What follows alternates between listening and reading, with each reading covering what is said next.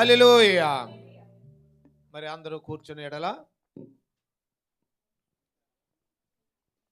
మరి యొక్క సమయంలో మరి పరిశుద్ధ బైబిల్ గ్రంథం నుండి మరి 2 వాక్య భాగాలు మనం చదువుకుందాం. మరి యవన బిడ్డల్లో నుంచి కీర్తనలు 22వ కీర్తన.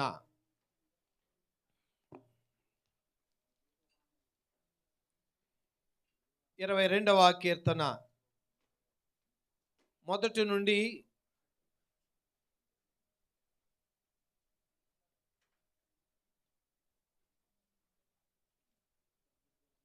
6 వచనాలు మరి యొక్క వాక్య భాగము సహోదరుడు రాజవర్మ గారు వచ్చి చదవలసిందిగా వారిని ఆహ్వానిస్తుంటున్నాను. కీర్తనలో 22వ కీర్తన మొదటి నుండి 6 వచనాలు.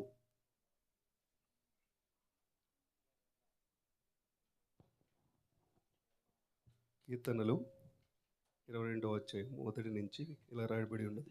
నా దేవా నా దేవా, నీవు నన్నేలా విడనాడితివి, నన్ను రక్షింపక నా అత్తదని వినక నీవేళ దూరముగా ఉన్నావు. నా దేవా, పగలు నేను మొరపెట్టుచున్నాను, రాత్రివేళ నేను మౌనంగా ఉండటలేదు. అయినను నీవు నాకు ఉత్తరమీయకునున్నావు.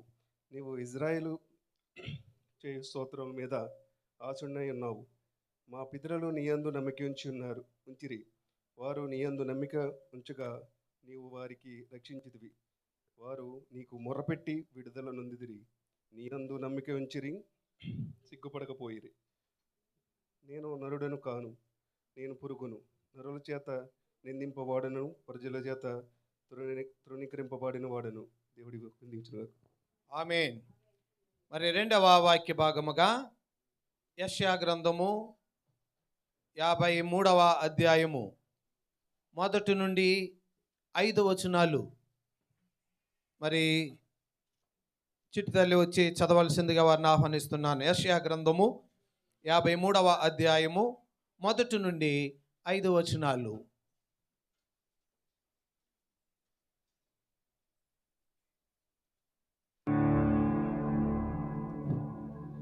యెషయా గ్రంథము 53వ అధ్యాయము 1 నుంచి 5 వచనాలు.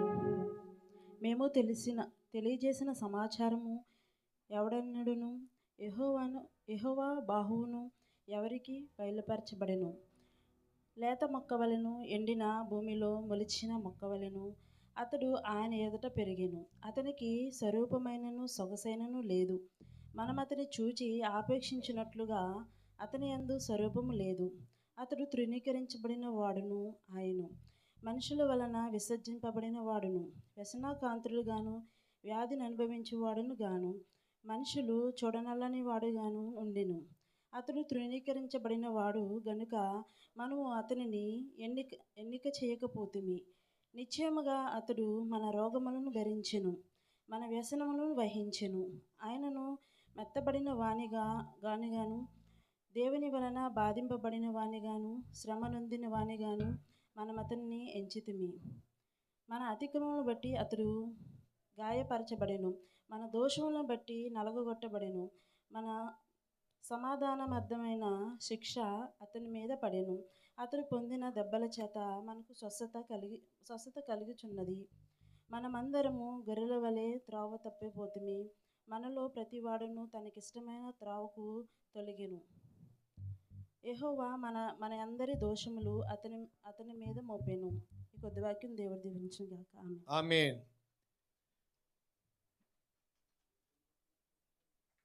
మరొక వాక్య భాగము యెషయా గ్రంథము 50వ అధ్యాయము 5-6 వచనాలు. మరి యొక్క వాక్య భాగము విలియం కేరీ గారు వచ్చి చదవలసిందిగా వారిని ఆహ్వానిస్తున్నాను. యెషయా గ్రంథము 50వ అధ్యాయము 5-6 వచనాలు.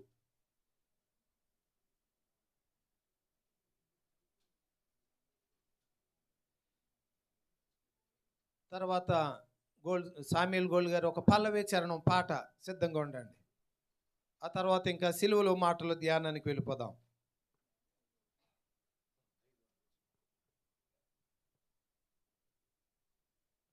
యెషయా గ్రంథము 50వ అధ్యాయం 5వ వచనం. ప్రభువగు యెహోవా నా చెవికి వినుబుద్ధి పుట్టింపగా నేను ఆయన మీద తిరుగుబాటు చేయలేదు, వినకుండా నేను తొలగిపోలేదు.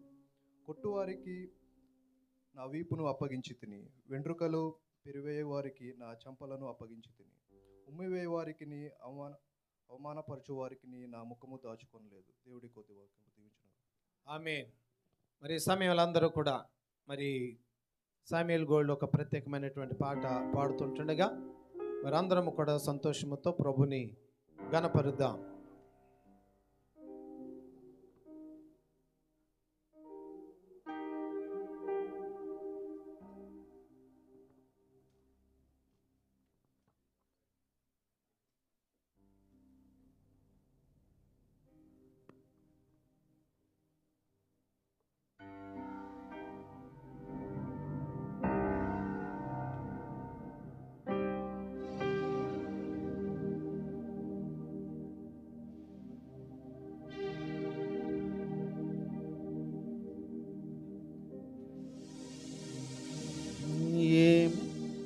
ఏమిచ్చి నేను నీ రుణము తీర్చుకొందునయ్యా,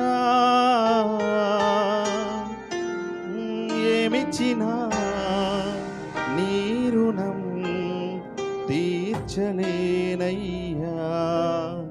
నేనేమిచ్చినా నీ రుణం తీర్చలేనయ్యా.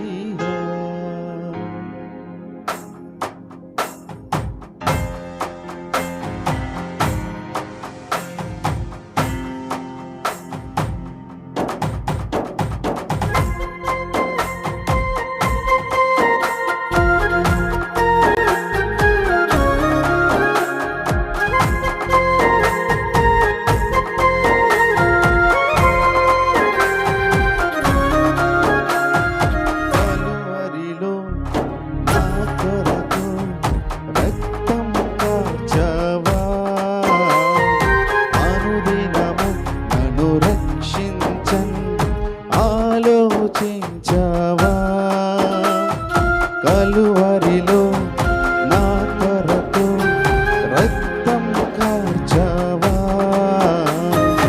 అనుదినము నన్ను రక్షించన్ ఆలోచించావా, ఏమిచ్చి నేను నీ రుణము తీర్చుకొందునయ్యా,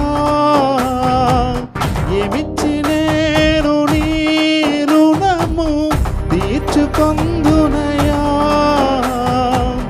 ఏమిచ్చినా నీ రుణం తీర్చలేనయ్యా, నేనేమిచ్చినా నీ రుణం తీర్చలేనయ్యా. కలువరిలో నా కొరకు రక్తం కార్చావా, అనుదినము నన్ను రక్షించన్ ఆలోచించావా.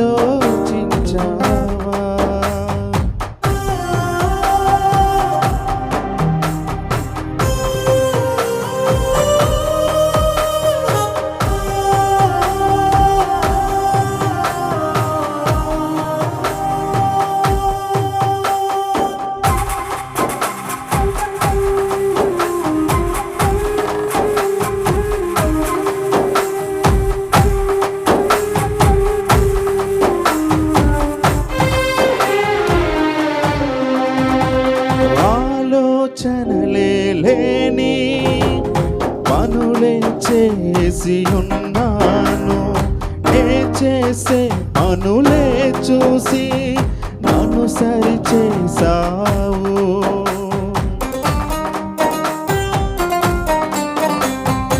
ఆలోచనలే లేని పనులే చేసి ఉన్నాను, నే చేసే పనులే చూసి అనుసరి చేసావు, ఈ లోకాశలే నన్ను ముంచి మోసపరచినను, నాకున్న వారే నన్ను మరచి దూరపరచినను, నీ సిలువ ప్రేమలో నన్ను నీదరి చేర్చి ఉన్నావు, నీ సిలువ ప్రేమలో నన్ను నీదరి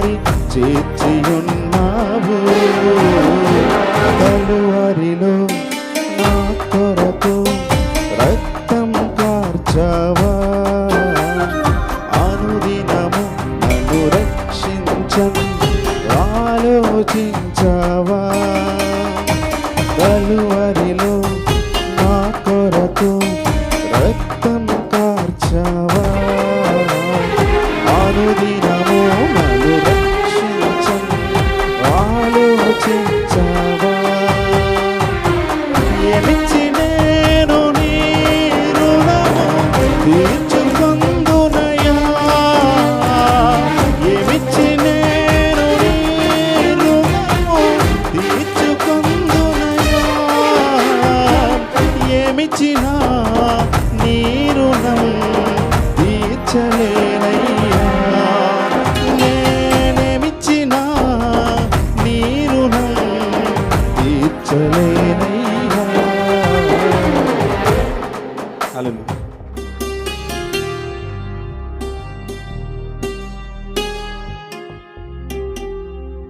దేవునికి స్తోత్రం.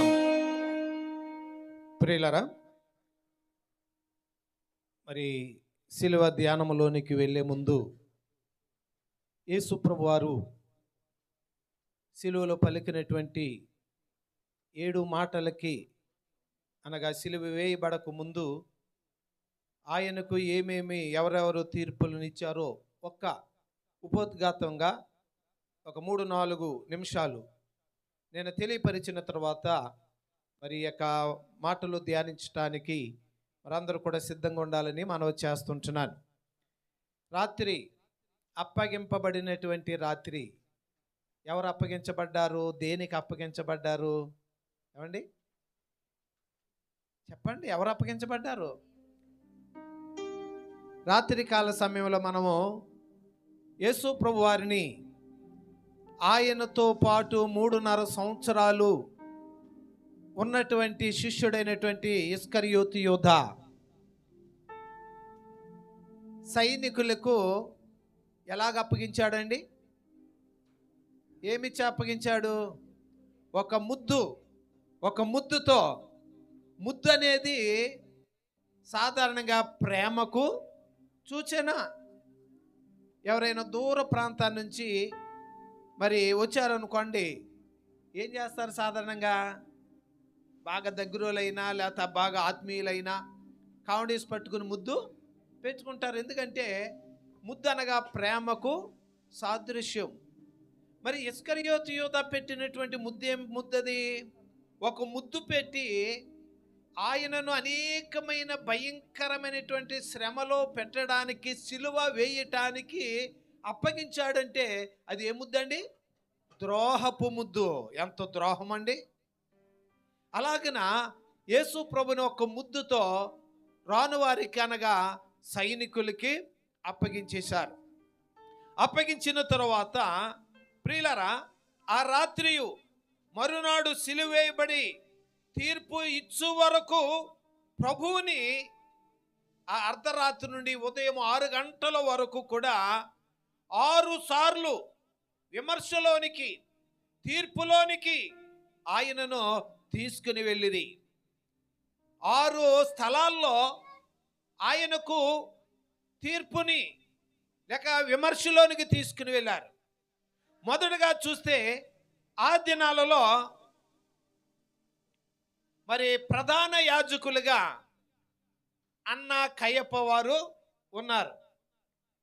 ప్రభువైనటువంటి యేసుని పట్టి ఈడ్చుకొని మొదటగా ప్రధాన యాజకుడైనటువంటి అన్న యొద్దకు తీసుకుని వెళ్ళారు. తీసుకుని వెళ్ళిన చోటెల్లా యేసు ప్రభు మీద అన్యాయమైనటువంటి ఆరోపణలు చేశారు. అక్కడ తేలలేదు. మరలా అక్కడి నుంచి యేసు ప్రభుని బంధింపబడి ఉన్నట్లుగానే ప్రధాన యాజకుడైనటువంటి మరొక యాజకుడైన కయప యొద్దకు తీసుకుని వెళ్ళారు. మీరు కావాలితే రాసుకోండి, ఇంటికి వెళ్ళి చదువుకోండి. అన్న యొద్దకు తీసుకెళ్ళినటువంటి వాక్య భాగం యోహాను సువార్త 18:13 రాయబడింది. ఆ తర్వాత అక్కడి నుండి మరలా కయప దగ్గరికి తీసుకెళ్ళినటువంటి సందర్భము యోహాను సువార్త 18:24 రాయబడింది.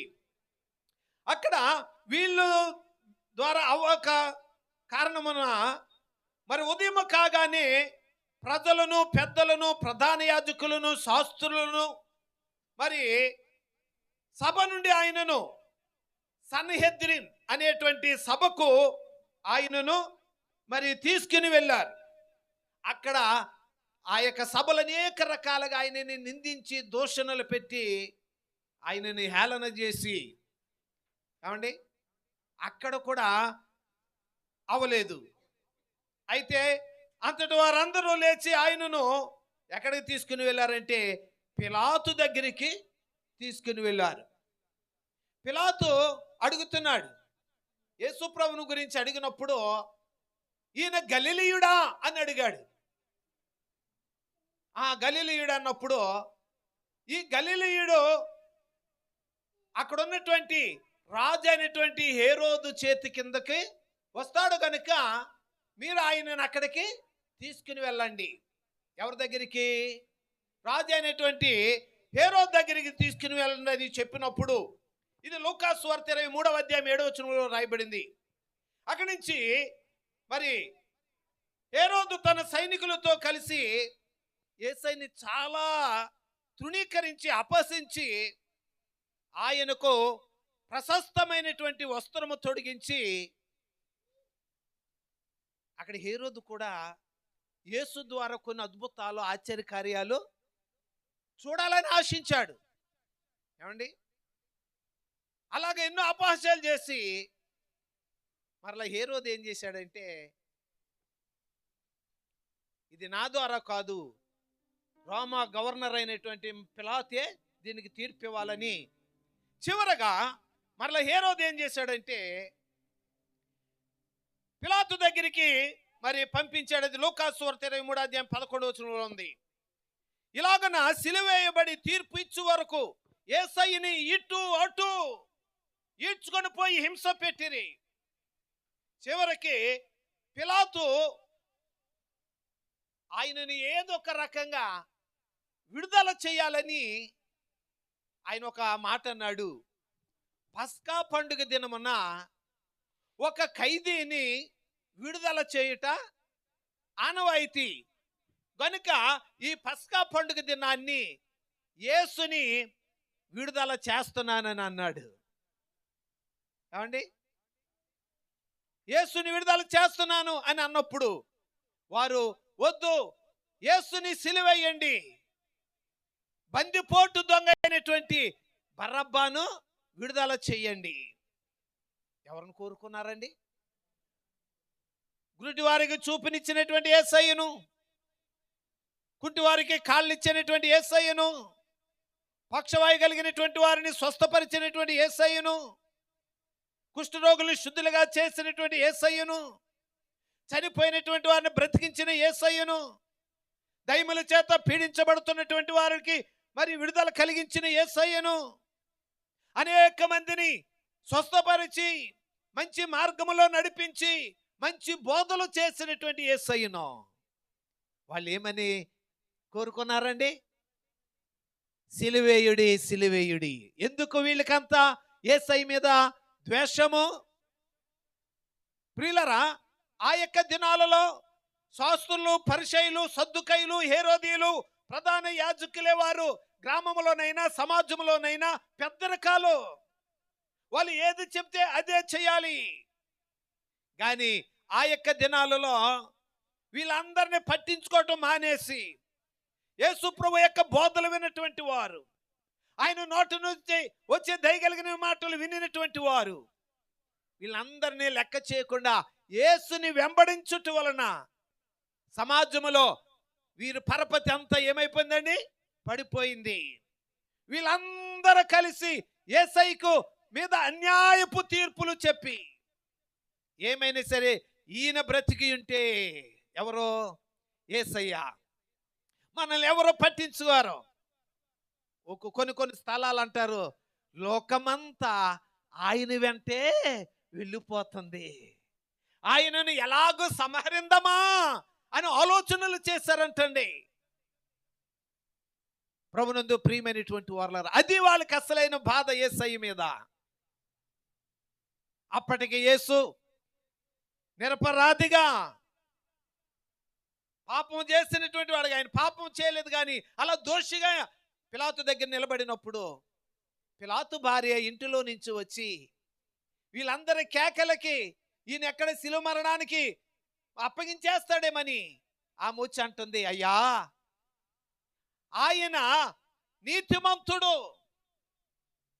ఆ యొక్క నీతిమంతుని జోలికి నీవు పోవద్దయ్యా అని చెప్పింది. కానీ ప్రజలు మాత్రము కేకలు మానలేదు, సిలువేయుడి సిలువేయుడి. అప్పటికైనా ప్రజలు అనగా ఇంకా పిలాతు యేసయ్య మీద ఉన్నటువంటి ఎందుకంటే పిలాతు కూడా యేసయ్యను గురించి విన్నాడు, తెలుసుకున్నాడు. ఎందుకంటే ఆ యొక్క దినాల్లో ప్రజలందరూ కూడా యేసయ్యను గురించి చెప్పుకుంటుంటే ఆయన చేసే కార్యములను వినుంటాడు కనుకనే ఏ విధంగానైనా ఆయన తప్పించాలని ఆలోచన చేశాడు. ప్రజలందరూ ఏక స్వరముతో కేకలు పెడుతుంటే పిలాతు యేసయ్యకి 1 - 40 కొరడా దెబ్బలు విధించాడు.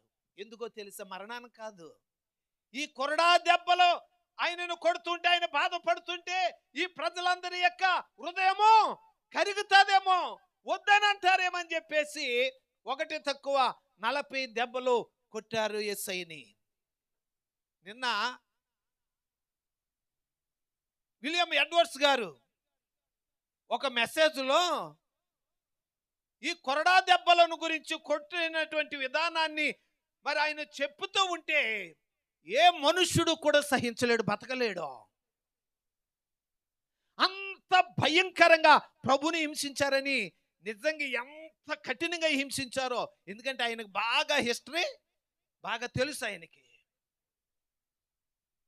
భూప్రపంచములో యేసయ్య పొందినంత భయంకరమైనటువంటి, అంత కఠినమైనటువంటి శిక్ష అంతకుముందు ఏ మానవుడు కానీ తర్వాత కానీ ఎవరు కూడా అనుభవించలేదు. యేసయ్య అని కొరడా దెబ్బలకి అప్పటికి ఆయన మాంసం ముద్దలాగా అయిపోయాడు. ఇదిగో నేను యేసయ్యని విడుదల చేస్తున్నానంటే వాళ్ళందరూ ఏక కంఠముతో, అక్కడ వ్రాయబడింది, చివరికి వారి కేకలే గెలిచాయి. ఇంకేమి చేయలేక పిలాతు, ఇదిగో ఈయన సిలువేయుడి, ఈ విషయంలో నాకు ఏ పాపము తెలియదని తన యొక్క 2 చేతులను ఏం చేశాడండి? కడిగేసుకున్నాడు. ఆ యొక్క సమయంలో ప్రియులారా గమనించండి, యేసయ్య సిలువ మరణము ద్వారా అటు రోమా గవర్నర్ అయినటువంటి పిలాతు, హేరోదు రాజు బద్ధ శత్రువులు అంటండి. ఎవరండి వాళ్ళు? బద్ధ శత్రువులు. అయితే ఒక మంచి వ్యక్తిని శిక్షించడానికి శత్రువులైనటువంటి వారు ఏమైపోయారండి? మిత్రులుగా మారిపోయారు. అలాగైతే ప్రియులారా, ఈ గుడ్ ఫ్రైడే రోజున అలాగే ఎవరైనా మీకు ఒకరు శత్రువులుగా ఉన్నట్లయితే ఈ గుడ్ ఫ్రైడే దినాన్ని మనం ఎలా మారిపోవాలండి? మిత్రులుగా మారిపోవాలి, శత్రుత్వం వద్దు. అలాగా యేసు ప్రభుని సిలువ మరణానికి అప్పగించారు, సిలువేశారు. ఆ ప్రక్కన ఒక దొంగ, ఈ ప్రక్కన ఒక దొంగ, మధ్యలో ఆయన సిలువేశారు. ఆ సిలువలో వేలాడుచు 7 మాటలు పలికాడు. ఆ 7 మాటలు ఇప్పుడు మన 7 ద్వారా మనం వినబోతూ ఉన్నాం. కొనికి సమయంలో కోయిరవారు మరి ఆ యొక్క 7 మాటకి ముందు వాక్య భాగాన్ని మనం చదువుదాం. లూకాసు వార్త 23వ అధ్యాయము 34వ వచనం. మరి యొక్క వాక్య భాగము సోదరి రాణి గారు వచ్చి చదవలసిందిగా వారిని ఆహ్వానిస్తుంటున్నాను. యేసయ్య సిలువలో పలికినటువంటి మొదటి మాట లూకాసు వార్త 23వ అధ్యాయము 34వ వచనం. లూకాసు వార్త 23వ అధ్యాయం 34వ వచనం ఈ విధంగా వ్రాయబడింది. యేసు తండ్రి, వీరేమి చేయుచున్నారో వీరెరుగురు గనుక వీరిని క్షమించమని చెప్పెను. వారు ఆయన వస్త్రములు చాలు. దేవుడి కొద్ది వాక్యం దీవించును గాక. ఆమేన్. మరి యొక్క సమయంలో ఈ మాట నిమిత్తము ఒక్క మరి 1/2 నిమిషం మించుకోకుండా ప్రార్థన. ప్రభువా, మొదటి మాట మాట్లాడుతుంటుండగా మరి వారి ద్వారా మాతో మాట్లాడండి అని చిన్న ముక్కతో ప్రార్థన ముగించాలి. మరి పెద్ద ప్రార్థనలు కాదు కనుక ఈ యొక్క సమయంలో మరి ఈ మొదటి మాట నిమిత్తమై ప్రార్థన ఎవరు చేస్తారు? మరి ఎవరైనా ఆశయ కలిగినటువంటి వారు చేయాలనుకున్నట్లయితే దయచేసి లేచి ముందుకు వచ్చి ప్రార్థన చేయొచ్చు. చాలా గొప్ప ధన్యకరమైనటువంటి ఈ యొక్క అవకాశాన్ని సద్వినియోగం చేసుకోండి. అక్కడ ఉంచేసి అమ్మ సుశీల గారు చేస్తున్నారు. మహాపరిశుద్ధుడు మా ప్రేపరలోక తండ్రి, నీ ఘనమైన నామమునకు వందనములు స్తోత్రము చెల్లించుకుంటున్నాను తండ్రి. ఏ మహాశుక్రవారం తండ్రి ప్రభా, ఇటు రీతిగా కూడుకొని నీ స్తుతించి కనపరిచే భాగ్యం మాకు దయచేసిన మీకు వందనాలు తండ్రి ప్రభా. మీరు పలికిన సిలువలో 7 మాటల గురించి క్లుప్తంగా తండ్రి ప్రభా, యేసయ్య నీ బిడ్డలు మాట్లాడుచుండగా తనగా మాకు ఆదరణకరంగా మాట్లాడి మాకు వినిపించడం సహాయం కలిగించి మీ మొదటి మాట తండ్రి ప్రభా, ఇదిగో తండ్రి సుజిత గారు మాట్లాడుతుండగా తండ్రి ప్రభా, ఆ బిడ్డ నోటి నుండి పలికే మాటలను బట్టి తండ్రి ప్రభా, మీరు ఏ విధంగా అయితే తండ్రి శ్రమలను అనుభవించారు తండ్రి ప్రభా, అవి ఎంతగానో మాకు జరిగించమని యేసయ్య నామం పెట్టి అడుగుతున్నాను తండ్రి. ఆమేన్. ఈ సమయంలో కోయరు వారు మరి మొదటి యొక్క పాట మొదటగా పాడేటప్పుడు పల్లవి చరణం ఉంటుంది. నెక్స్ట్ నుంచి కేవలం చరణమే పాడాలి.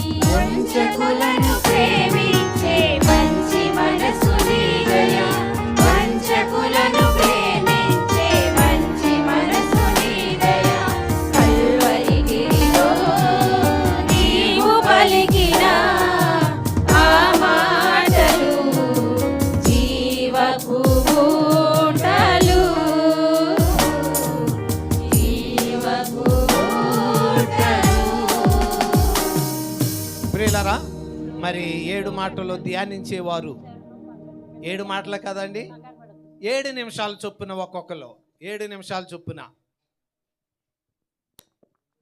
దేవుని నామమునికి వందనాలండి. అలాగే కూడి వచ్చిన మీ అందరికీ కూడా శుభాకాంక్షలు తెలియజేస్తున్నాను. అలాగే నాకు ఈ అవకాశం ఇచ్చినటువంటి పాస్టర్ గారికి కూడా నా ప్రత్యేకమైన వందనాలు తెలియజేస్తున్నాను. మరి యేసు ప్రభు గారు సిలువలో పలికిన మొదటి మాట మనం అనుకోవచ్చు, ఈ మాటలు ప్రతి సంవత్సరము విన్నాయే కదా అనేసి చాలామంది తక్కువగా చూస్తూ ఉంటారు. కానీ ఈ మాటలో చాలా ప్రాముఖ్యమైనవి. మరి ఈ మాట ద్వారా ప్రపంచమే గొప్ప సందేశాన్ని ఇచ్చింది కాబట్టి మనము ఈ మాటలు వినేవారు చాలా శ్రద్ధగా వినాలి. అలాగే ధ్యానించేవారు కూడా చాలా భయము భక్తితో ధ్యానించాలి. మరి ఈ మాటలు నేను మరి ధైర్యంగా మాట్లాడాలని మీరు అందరూ కూడా ప్రార్థన చేయండి. చాలా టెన్షన్గా ఉంది. అలాగే మరి వాక్యం చదువుకుందామండి. లూకాసు వార్త 34వ అధ్యాయము. యేసు తండ్రి వీరు ఏమి చేయుచున్నారో వీరెరుగురు గనుక వీరిని క్షమించమని చెప్పాను. ప్రభు అయిన యేసుక్రీస్తు వారు సిలువలో పలికిన మొదటి మాట, సర్వలోక మానవాళి అందరి పాపముల నిమిత్తము 2 నేరస్తుల మధ్యలో ఆకాశానికి భూమికి మధ్యన సిలువలో వేలాడుచు పలికిన యేసయ్య మొదటి మాట ధ్యానించుకుందాం. వీరేమి చేయుచున్నారో వీరెరుగురు గనుక వీరిని క్షమించమని పలికెను. వీరు అంటే ఎవరండి? రోమా సైనికులు, యోధా మత పెద్దలు, మరి సిలువ చుట్టూ ఉన్న ప్రజలు ఆయన ఎంతో నమ్మకంగా ఆయన కూడా ఉండి అప్పు చెప్పిన వారే వీరు. మరి వాక్యం చదువుకుందామండి. మత్తయి సువార్త 26 అధ్యాయము 67, 68. మీరు చదవద్దు, నేనే చదువుతాను. ఎందుకంటే కన్ఫ్యూజ్ అవుతాము. నాకు కావలసిన మాట నేను చదువుతానండి. ఎవరో చదవద్దు రిఫరెన్స్లు. అప్పుడు వారు ఆయన ముఖం మీద ఉమ్ము వేసిరి, ఆయనను గుద్దిరి. కొందరు ఆయనను అరచేతులతో కొట్టి, క్రీస్తు నిన్ను కొట్టినవాడెవడో ప్రవచించమనిరి. మరి వీరందరూ కూడా ఏం చేస్తున్నారండి? యేసుప్రభు గారిని హింసిస్తున్నారు. అలాగే మత్తయి సువార్త, మార్కు సువార్త 15 అధ్యాయము 15. యేసుని కొరడాలతో కొట్టిరి. మరి యేసుప్రభు గారిని కొరడాలతో కొట్టిను. మరి ఇప్పుడే పాస్టర్ గారు చెప్పారు కదండి, యేసుప్రభు గారిని ఎన్ని దెబ్బలు కొట్టారండి? ఒక్కటి తక్కువ 40 దెబ్బలు ఆయన్ని కొట్టి ఉన్నారు. మరి అలాగే మత్తయి సువార్త 27, 40 నుండి 44 వచనాల్లో యేసుని దూషించిరి, అపహాసించిరి, నిందించిరి అని వ్రాయబడి ఉంది. మరి యేసుప్రభు గారిని ఎన్ని రకములుగా హింసించిన యేసుప్రభు గారు మరి మౌనంగానే ఉన్నారు, కానీ నోరు తెరిచి చిన్న మాట కూడా మాట్లాడలేదు. మరి బదులుగా మరి యేసుప్రభు గారు ఏం చేశారండి? చదువుదాము. యెషయా గ్రంథము, యెషయా 53:12లో అనేకుల పాపములను భరించుచు తిరుగుబాటు చేసిన వారిని గూర్చి విజ్ఞాపన చేసాను. యేసుప్రభు గారు మరి వారిని కోప్పడలేదండి, మరి వాళ్ళని ద్వేషించలేదు, వారి మీద ఆయన తిరుగుబాటు చేయలేదు. కానీ ఆయన ఏం చేశారండి? విజ్ఞాపన అంటే తండ్రిని వేడుకునుట. మరి తండ్రి వీరేం చేయుచున్నారో వీరు ఎరుగురు కనుక వీరిని క్షమించమని ఆయన వేడుకున్నారు. మరి మనమైతే ఎంతో మరి కొట్టిన వారిని మనం ఎంతలా ఉంటామండి? కోపంతో, మరి చాలా బాధతో ఉంటాము. కానీ యేసుప్రభు గారు మరి వారిని క్షమించమని అన్నారు, విజ్ఞాపన చేశారు.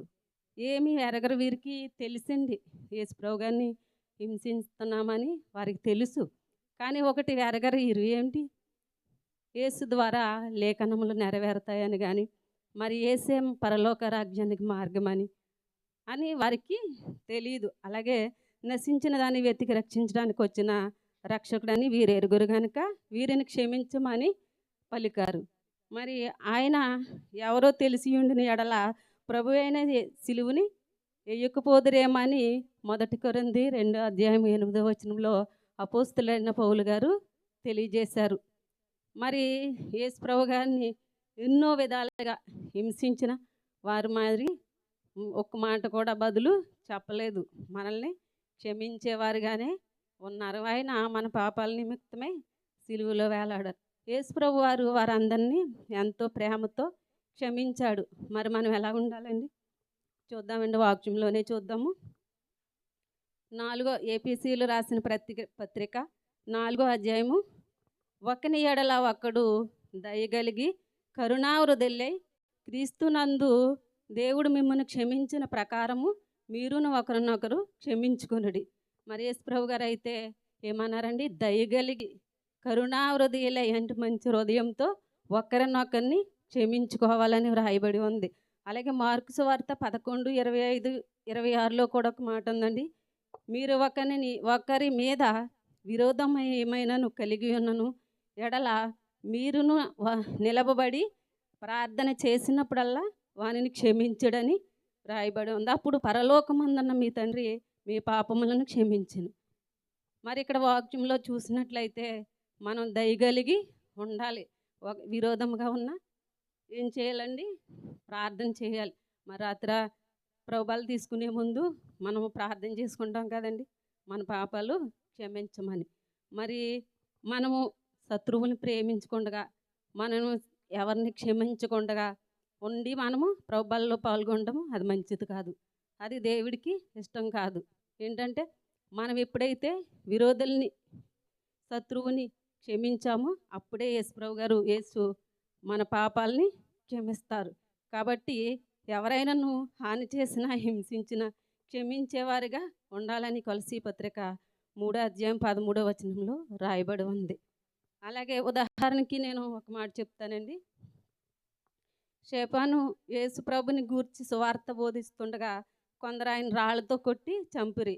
రాళ్ళతో కొట్టుచున్న వారి నిమిత్తము స్టెఫాను ఏం చేశారండి? మొర్రపెట్టారు. ప్రార్థన వారి మీద పాపము శిక్ష మోపకుండా క్షమించమని పలికి ప్రాణం ఇరిచారు. నిజంగా మనం అందరి తప్పు లేకుండానే చాలామంది మనల్ని ద్వేషిస్తూ ఉంటారు. అలాంటప్పుడు మనము వారిని క్షమించేవారుగానే ఉండాలి.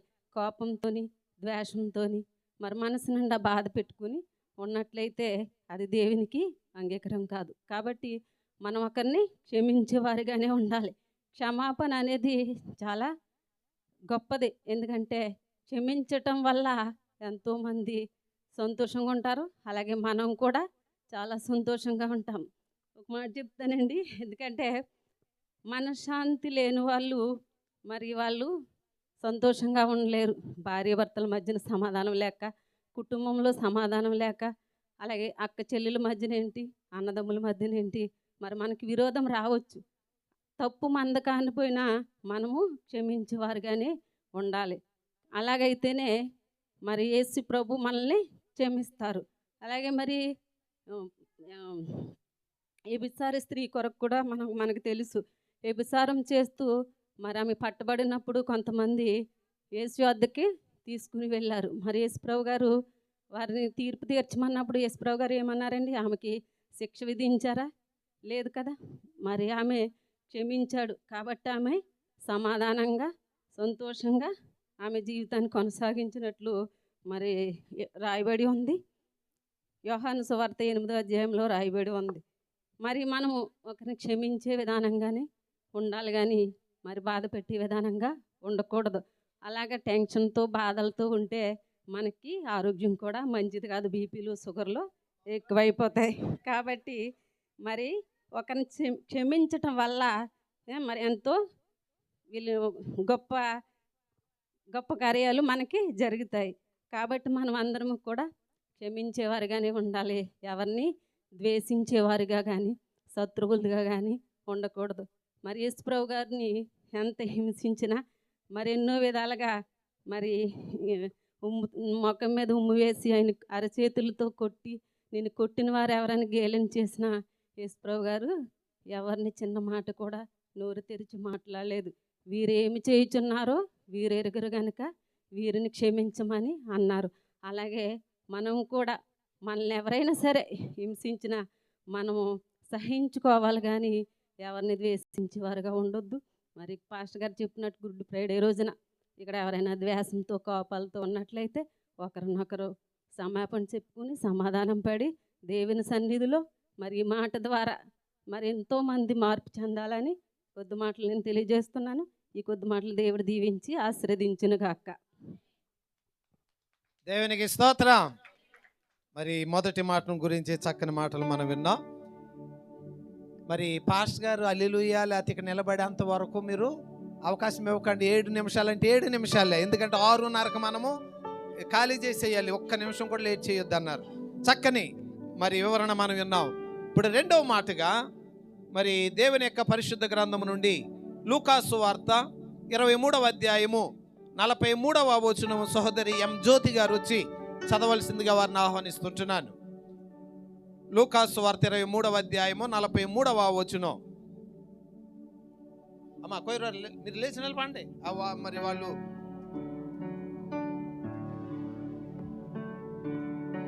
లూకాసు వార్త 23వ అధ్యాయము 43వ వచనం. నేడు నీవు నాతో కూడా పరదేశంలో ఉందువని నిశ్చయముగా నీతో చెప్పుచున్నాను. మరి సమయంలో చిన్న ప్రార్థన శ్రీదేవమ్మ గారు చేస్తారు రెండవ మాట గురించి.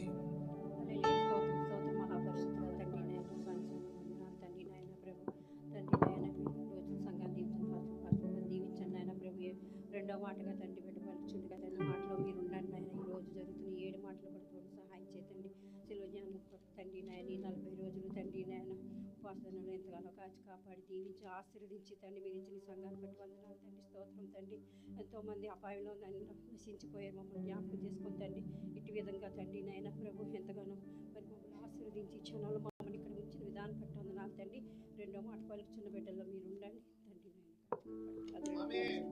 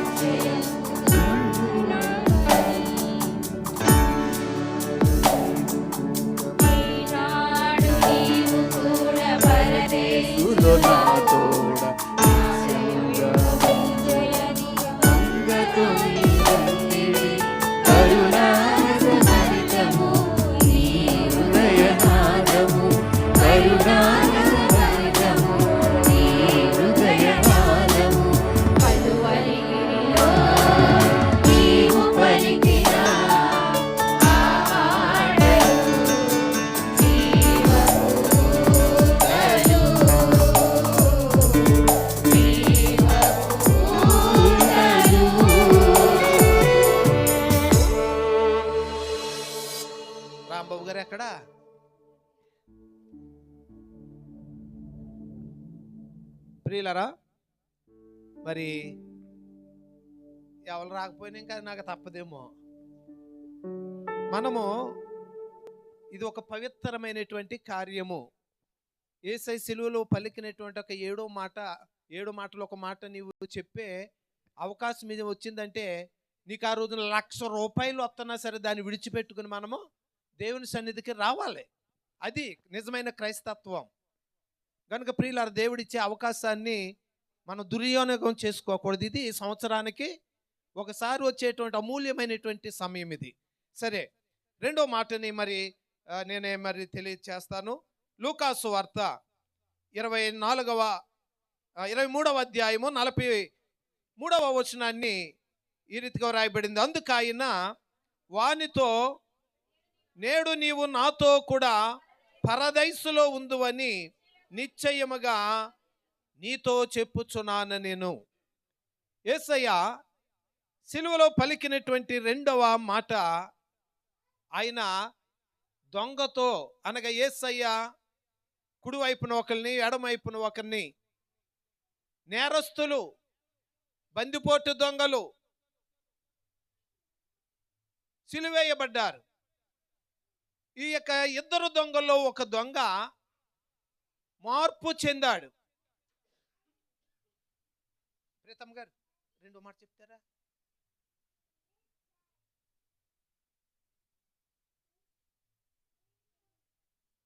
మరి అయితే ఒక దొంగతో యేసయ్య రెండో మాట పలికాడు. ఆ మాట పలకడానికి కారణం ఏమిటి? దేవుని యొక్క వాక్యంలో మనం చదివినప్పుడు అందరితో పాటు యేసయ్యనంటండి కొరడాలతో కొట్టారు, ఏమండి, ఉమ్ము వేశారు, పిడుగుద్దులు గుద్దారు, గేలు చేశారు, హేళన చేశారు, అపహాస్యం చేశారు. వాళ్ళందరితో పాటు ఈ సిలువేయబడిన ఇద్దరు దొంగలు కూడా ముందుగా ఇద్దరును యేసయ్యను అలాగే దూషించారు. అలాగైతే మరి ఒక దొంగ ఎలాగ మార్పు చెందాడు? యేసయ్య సిలువలో పలికిన మన మొదటి మాట ధ్యానించగా మనం విన్నాం కదా, తండ్రి వీరేమి చేస్తున్నారు, వీరు ఎరుగరు గనుక వీరిని. ఈ మాట ద్వారా ఒక దొంగ ఏమయ్యాడండి? మార్పు చెందాడు. ఏమిటి? ఈయన నిన్ను చిత్రహింసలు పెడుతూ ఉంటే కనీసం బదులుగా ఒక్క మాట కూడా వారిని అనటం లేదు. ఈయన మనలాంటి మనుష్యుడు కాదు, ఈయన దేవుని కుమారుడే, దేవుడే అని గ్రహించాడు. ఆయన ఆ మాట ద్వారా రక్షణ పొందాడు. గ్రహించి యేసయ్య సిలువలో పలికినటువంటి 7 మాటల్లో, అలాగే ఈ దొంగ కూడా 7 మాటలు అనగా మనము చూస్తాం. నేను జ్ఞాపకం చేస్తాను, చదివించను కానీ దేవుని యొక్క వాక్యములో మీరు ఇంటికి వెళ్ళి చదువుకోండి. లూకాసు వార్త 23వ అధ్యాయము 39 నుండి 43 వచనాల్లో 7 మాటలు మనకు కనబడతాయి. మార్పు చెందినటువంటి దొంగ జీవితంలో 7 అనుభవాలు చూడండి. 23:40 వచనంలో అంటాడు, చదవక్కర్లేదు కానీ తనతో పాటు మరొక దొంగ ఉన్నాడు కదా, ఆ దొంగతో అంటున్నాడు, నీవు అదే శిక్షలో ఉన్నావు, లేక మనము అదే శిక్షలో ఉన్నాం. అనగా ఈ దొంగ ఆ దొంగ వలె నిన్ను నీవు రక్షించుకొని మమ్మల్ని కూడా రక్షించమని అనలేదు, యేసయ్యని ప్రశ్నించలేదు. నీవు అదే శిక్షలో ఉన్నావు, ఉండి ఆయనను నిందించుట సరికాదు అన్నట్టుగా మొదటి మాట మనం చూస్తాం. దేవునికి భయపడవా? ఏమంటున్నాడండి? అంటే సిలువేయబడినటువంటి యేసు ప్రభువారు ఎవరని తెలుసుకున్నాడు?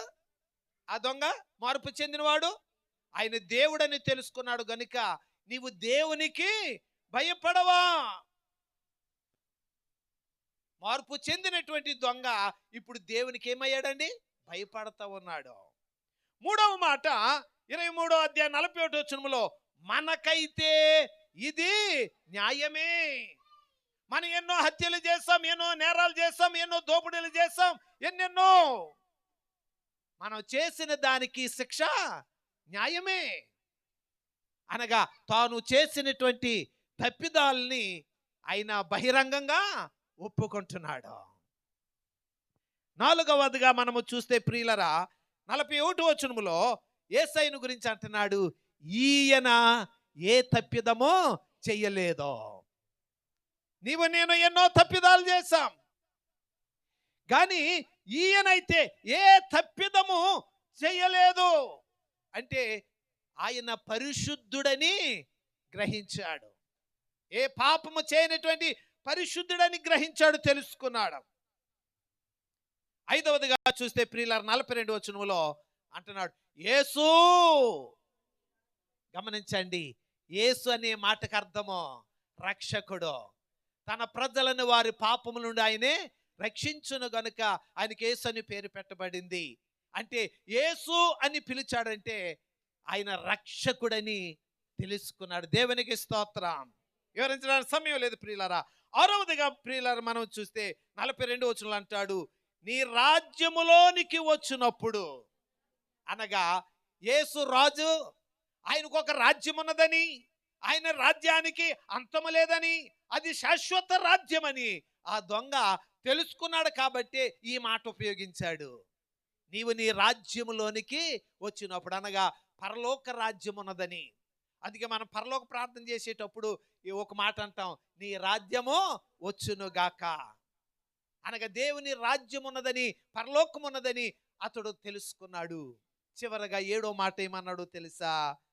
యేసయ్యను చూసి, నన్ను జ్ఞాపకము చేసుకో, నన్ను జ్ఞాపకము చేసుకో. నేను ఎంత ఘోర పాపినైనా, నేను ఎన్ని తప్పిదాలు చేసినా, ప్రభువా నీవు నన్ను జ్ఞాపకము చేసుకొని 7 రకాలైనటువంటి మరి మార్పు కలిగినటువంటి మాటల ద్వారా మరి అతడు యేసయ్యని వేడుకున్నాడు. కనుక ఆ మాటలకి ప్రభు ఏమన్నాడు? ఛీ పోరా, నా రాజ్యములో నీకు స్థానం ఎక్కడ ఉంటుంది అని అన్నాడండి. ఆయన ఏమన్నాడు? నేడే నీవు నాతో కూడా పరదైసులో ఉంటావు. దేవునికి స్తోత్రం. యేసయ్య ఆయన మరణించే సమయంలో కూడా ఒక పాపిని ఏం చేశాడండి? ఆయన రక్షించాడు. ఈ మాట ద్వారా ఇంకెవరైనా రక్షణ పొందకపోతే రక్షణ పొందండి. దేవుడు ఈ మాటలు దీవించునుగాక. 3వ మాటని మత్తయి సువార్త, యోహాను సువార్త 19వ అధ్యాయము 26వ వచనం సిస్టర్ షరీనా గారు వచ్చి చదవలసిందిగా వారిని ఆహ్వానిస్తుంటున్నారు. యోహాను సువార్త 19వ అధ్యాయము 26వ వచనం.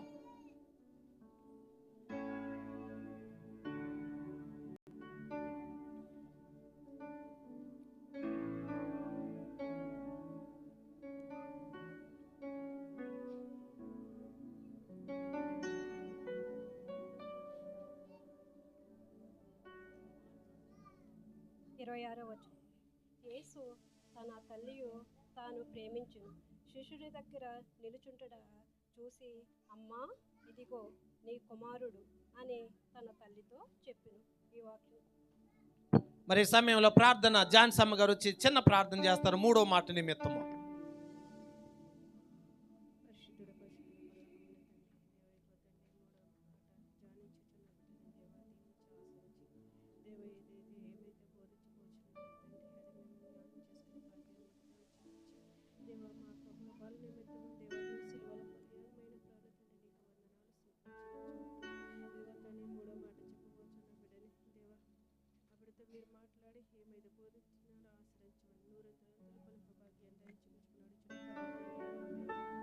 ఆమేన్.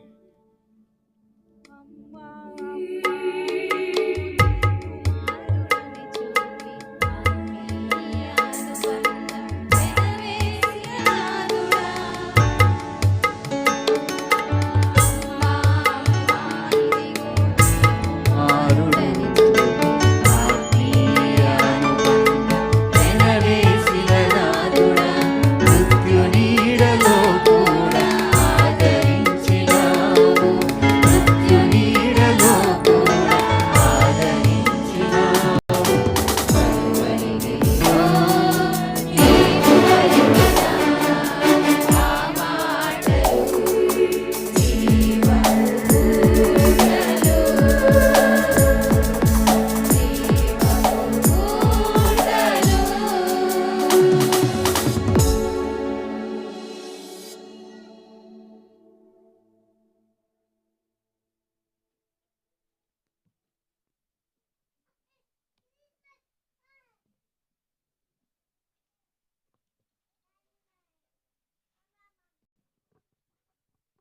దేవుని నామానికి మహిమ కలుగును గాక. అలాగే కూడి వచ్చిన మీ అందరికీ కూడా శుక్రవారపు ఆశీస్సులండి. అలాగే శిలువలో యేసయ్య పలికినటువంటి 7 మాటల్లో 3వ మాటగా యెషయా 19వ అధ్యాయము 26వ వచనము మనం చదువుకుందాం. యేసు తన తల్లియు తాను ప్రేమించిన శిష్యుని దగ్గర నిలిచిండట చూచి, అమ్మ ఇదిగో నీ కుమారుడు అని తన తల్లితో చెప్పాను. తరువాత శిష్యుని చూచి, ఇదిగో నీ తల్లి అని చెప్పాను. అయితే యేసయ్య గారు కలువరి సిలువలో మన కొరకు ప్రాణం పెట్టారండి. మన కొరకు నిలువెల్లా కూడా ఆయన నలగొట్టబడి మన పాపముల నిమిత్తము అపరాధముల నిమిత్తము ఆయన సిలువకు అప్పగించబడ్డాడు. అంత వేదన చెందుతూ కూడా అంత భయంకరమైన మరణానికి ఆయన అప్పగింపబడి కూడా అతను సిలువలో కొన్ని మాటలు మనకు జ్ఞాపకం చేస్తూ ఉన్నాడు. ఈ మాట ద్వారా ఆయన మనతో ఆయన తల్లి పట్ల అతని ప్రేమను, అలాగే ఆయన తల్లి పట్ల అయినటువంటి బాధ్యతను, కుటుంబం పట్ల ఆయన ఉన్నటువంటి బంధాన్ని ఆయన కనుపరుస్తూ ఉన్నాడు. మొదటిగా మనం చూసినట్లయితే ఆయన ప్రేమ స్వరూపి అయి ఉన్నాడు. మనల్ని విడవక ప్రేమించే దేవుడై ఉన్నాడు. శాశ్వతమైన ప్రేమ చేత మనల్ని ప్రేమిస్తూ ఉన్నాడు. కనుక ఆ కలువరి సిలువలో మరణం అవుతూ కూడా ఆయన ప్రేమను మనకి చాటుతూ ఉన్నాడు. అయితే రోమీలు 5:8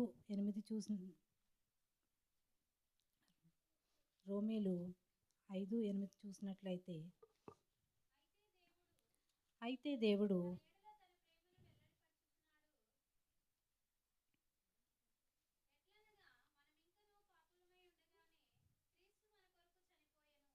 అయితే ఈ మాటను బట్టి మనం చూసినట్లయితే క్రీస్తు మన కొరకు ఏమైనాడండి, చనిపోయి ఉన్నాడు. మన పాపులమై ఉండగా మన కొరకు ఆయన సిలువలో చనిపోయి ఉన్నాడు.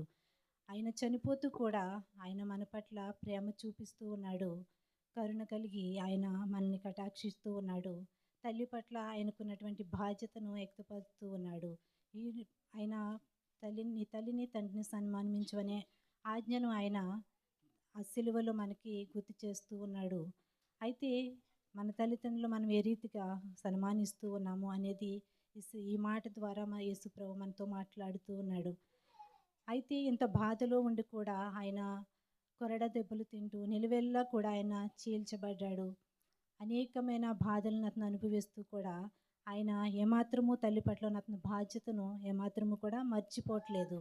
మనమైతే అన్నీ ఉండి కూడా అంతా బాగుండి కూడా మనము మన తల్లిదండ్రులు పట్టించుకునే పరిస్థితులు ఈ రోజుల్లో మనం చూస్తూ ఉన్నాము.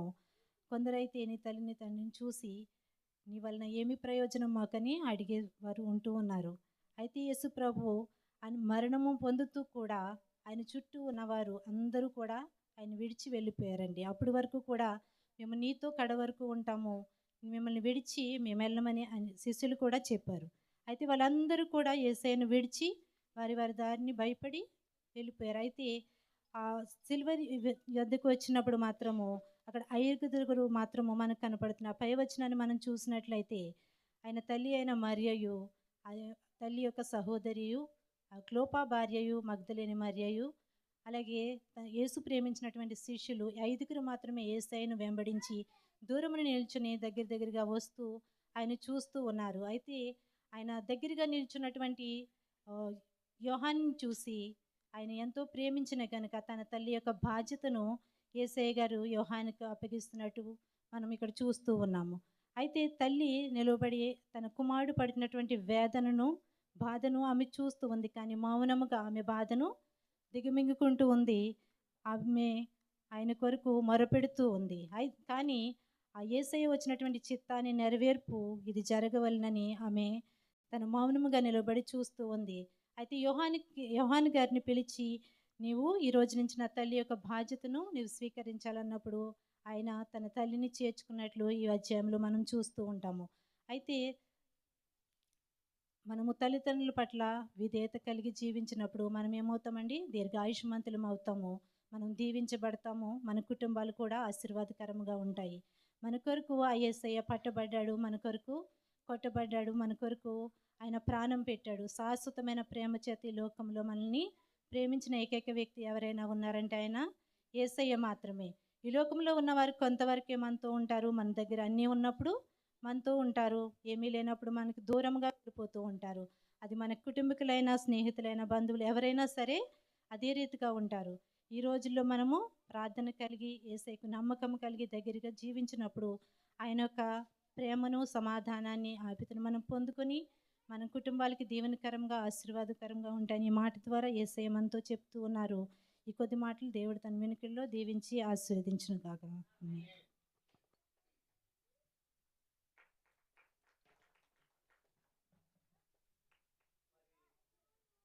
ఇలా చక్కగా త్వరగా ముగిస్తే మన సమయానికి నాకు టెన్షన్ ఉండదు. మరి చక్కని వివరణ ఇచ్చినటువంటి సునీత గారిని ప్రభు దీవించి ఆశీర్వదించునుగాక. మరి యేసయ్య సిలువలో పలికిన 4వ మాటను మనం చదువుకుందాం. మత్తయి సువార్త 27వ అధ్యాయము 46వ వచనము. మరి సహోదరి విన్ని గారు వచ్చి చదవాల్సిందిగా వారిని ఆహ్వానిస్తుంటున్నాను. మత్తయి 27వ అధ్యాయం 46వ వచనం. ఇంచుమించు 3 గంటలప్పుడు యేసు ఏలీ ఏలీ లామా సబక్తా అని బిగ్గరగా కేకవేశాను. ఆ మాటకు నా దేవా నా దేవా నన్ను ఎందుకు చేయి విడిచితివని అర్థము. దేవుడిచ్చిన వాక్యం దీవించును. మరి ఈ మాట నిమిత్తమై చిన్న ప్రార్థన. స్వాతి.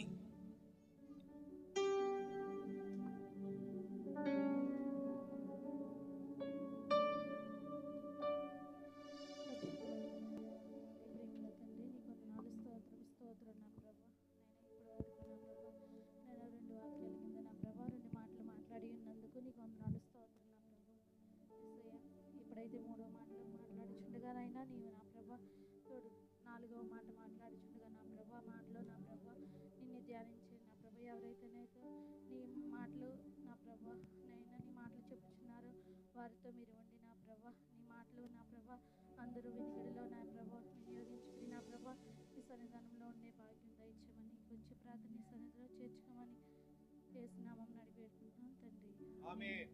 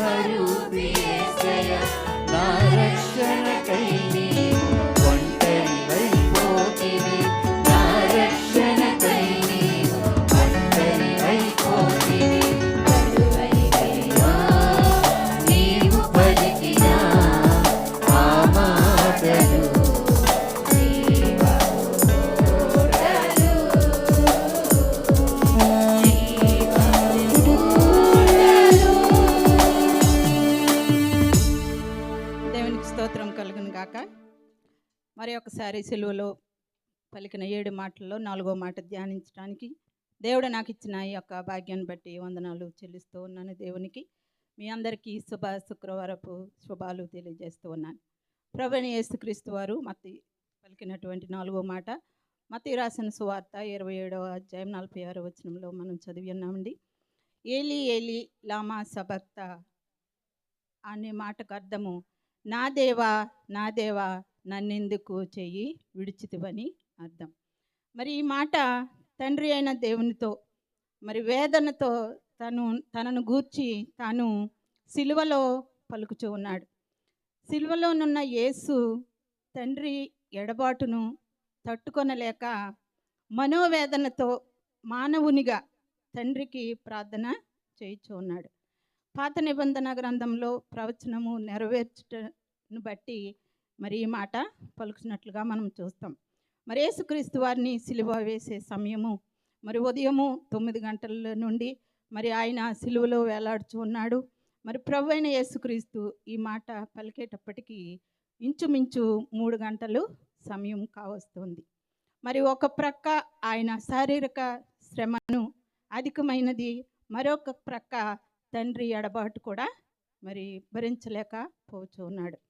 ఎంతమంది ఆయనను చేయి విడిచినప్పుడు మరి బాధపడలేదు, కానీ సిలువలో తండ్రి చెయ్యి విడిచినప్పుడు మాత్రం బిగ్గరగా ఆయన కేక వేస్తూ ఉన్నాడు. నా దేవా నా దేవా నన్ను ఎలా విడిచితివని ఆయన కేక వేస్తూ ఉన్నాడు. ఎందుకంటే తండ్రి కుమారుని చేయి విడిచిపెట్టకపోతే యేసు మరణించడు. యేసు మరణించకపోతే మనకు పాప విమోచన కార్యము జరగదు. అందువల్ల తండ్రి అయిన దేవుడు కుమారుని చెయ్యి విడవలసి వచ్చింది. పరిశుద్ధ వాక్య భాగాల్లో మనము చూస్తాం. 1 పేతురు 2:22లో వ్రాయబడిన రీతిగా మనం చూసినట్లయితే యేసు తన జీవితంలో ఏ పాపము కూడా చేయలేదని వ్రాయబడి ఉంది. రోమీయులకు రాసిన పత్రిక 8:4 మనం చూస్తే తండ్రి మన పాపములను యేసుపై మోపినట్లుగా మనం చూస్తాం. పేతురు రాసిన పత్రిక 2:24 యేసు మన పాపములను తన శరీరమందు భరించాడు. యెషయా గ్రంథంలో కూడా మనం చూస్తాం 59:2 పాపము దేవునితో ఉన్న సంబంధాన్ని దూరం చేస్తుంది. మరి పరిశుద్ధ గ్రంథంలో మనం చూసినట్లయితే సంసోను కూడా మరి ఆయన అభిషేకించబడ్డాడు. దేవుని ఆత్మ అతనితో ఉన్నట్లుగా మనం చూస్తాం. ఎప్పుడైతే ఆయన పాపము చేసి ఉన్నాడో మరి దేవుని ఆత్మ ఆయనను విడిచిపెట్టినట్లుగా మనం చూస్తాం. మరి దావీదు కీర్తన మనం చూసినట్లయితే 22:1 నా దేవా నా దేవా నన్ను ఎలా చేయ విడిచితివి, నన్ను రక్షింపక నా అర్థధ్వని వినక నీవేలా దూరంగా ఉన్నావు. మరి మన పాపములను యేసు భరించటం వల్ల దేవుడు చెయ్యి విడిచాడు. మరి ఈ సమయంలో మరి పాపంలో మరి మనం ఉన్నట్లయితే మనం పాపం ఏ రూపంలో ఉన్నా అట్టి వారితో దేవుడు తన సంబంధాన్ని తెంచుకుంటాడని మనం గ్రహించాలి. మరి పాప దోషాలను మరి ఒప్పుకొని విడిచిపెట్టి పరిశుద్ధంగా జీవించినట్లయితే దేవుడు మన చెయ్యిని పట్టుకుని మరి నిత్య జీవంలోనికి నడిపిస్తాడు. మరి అట్టి కృప దేవుడు మనకందరికీ అనుగ్రహించునుగాక. ఆమేన్.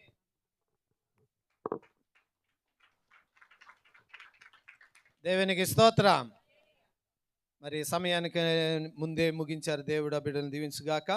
మరి 4వ మాట ద్వారా మరి మన వివరణ మనం విన్నాం. 5వ మాటను చదువుకుందాం.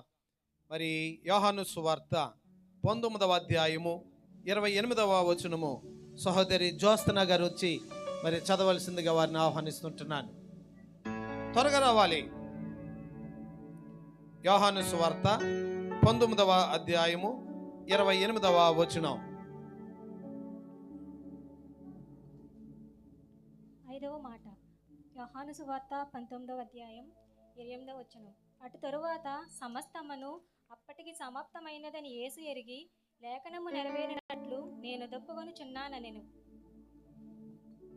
మరి మాట నిమిత్తమై మరి ప్రార్థన అర్పిత గారు వచ్చి మరి 5వ మాట కొరకు ప్రార్థించవలసిందిగా వారిని ఆహ్వానిస్తున్నాను.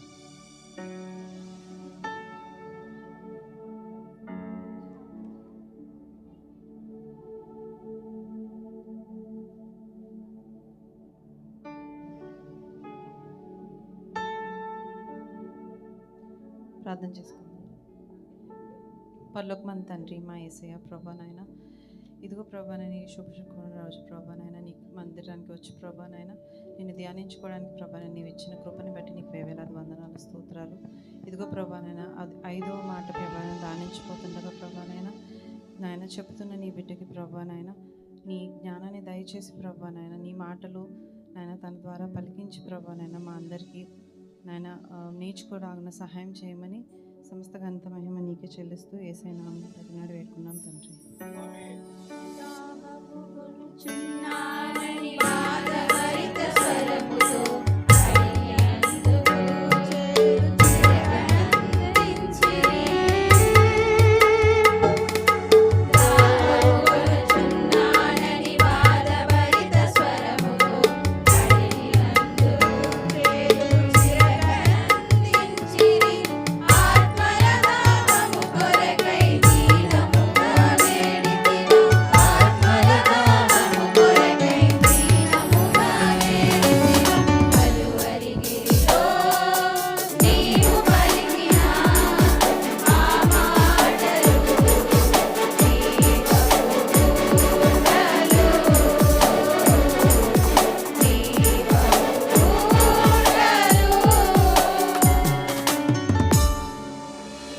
దేవుని నామానికి మహిమ కలుగును గాక.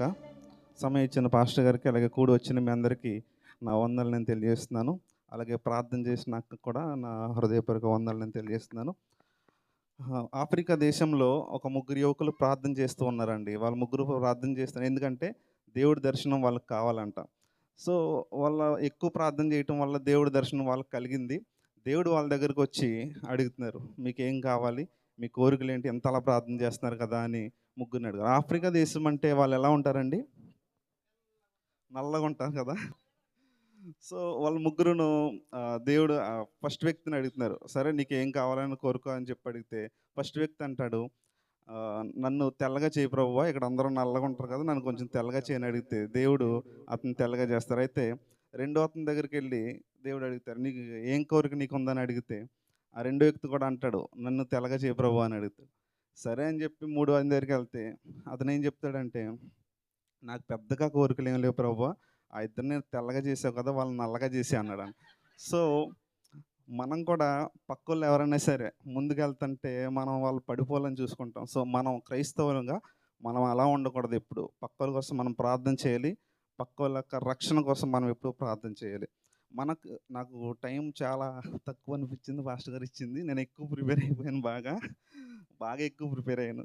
అయితే యోహాను సువార్త 19వ అధ్యాయం, వాక్యాలు చదవద్దు, నేను డైరెక్ట్ వాక్యం చెప్పేస్తాను, మీరు అర్థం చేసుకున్నాను. లేఖనం నెరవేరినట్టు నేను దప్పిక కొని ఉన్నాను అని యోహాను భక్తుడు రాశాడు కదా. లేఖనము నెరవేర్పు అని పర్టికులర్గా అది ఎందుకు రాశాడంటే, లేఖనాల్లో దేవుని కోసం రాసిన ప్రతి ప్రవచనం దేవునిలో నెరవేర్చబడింది. అయితే ఆయన పుట్టుక యొక్క ప్రవచనం నెరవేర్చబడింది. ఆయన మరణిస్తాడు, సిలువ పైన మరణిస్తాడని, లేస్తాడనే ప్రవచనం కూడా నెరవేర్చబడింది. దీన్ని బట్టి మనం చూసుకున్నట్లయితే లేఖనాల పట్ల క్రీస్తుకున్న ఆశను మనం గ్రహించవచ్చు. ఈరోజు మన మెయిన్ టాపిక్ ఏంటంటే, నేను దప్పిక కొని ఉన్నాను అనే టాపిక్ నాకు ఇచ్చారు కాబట్టి, మనం దప్పిక కొని ఉన్నాను అనే మాటని మనిషిగా యేసు ప్రభు వారు అంటే ఎందుకు అన్నారు అనేది చూద్దాము. అలాగే దేవుడు నేను దప్పిక కొని ఉన్నాను అని అన్నారంటే అది ఎందుకు అన్నారు? మనిషిగా ఆయన అన్నారంటే, నిన్న అప్పగింపబడిన రాత్రి మనం జరుపుకున్నాం కదా, ఆయన నైట్ నుండి సిలువ వేసే వరకు ఆయన భయంకరమైన శ్రమలకు గురి చేశారండి. 39 కొరడ దెబ్బలు కొట్టారు. ఇప్పుడు మనమున్న జనరేషన్స్కి ఒక 5 దెబ్బలు కొడితేనంట మనం ఆ కేకలు వేయలేక చనిపోతామంట. అంత భయంకరమైన దెబ్బలు ప్రభు మన కోసం భరించారు అప్పట్లో. అండ్ పిడిగుద్దులు గుద్దారు. ఇందాక భాష గారు చెప్పినట్లు ఆయన్ని మాంసం ముద్దగా అయిపోయారంట ఆయన. అంత భయంకరమైన శ్రమలు మన కోసం అనిపించారు యేసు ప్రభు వారు. అండ్ సిలువ ఆయన భుజాల పైన పెట్టి కపాలం అనే స్థలం వరకు నడిపించుకుని కొరడాలతో కొట్టుకుంటా తీసుకెళ్లారండి.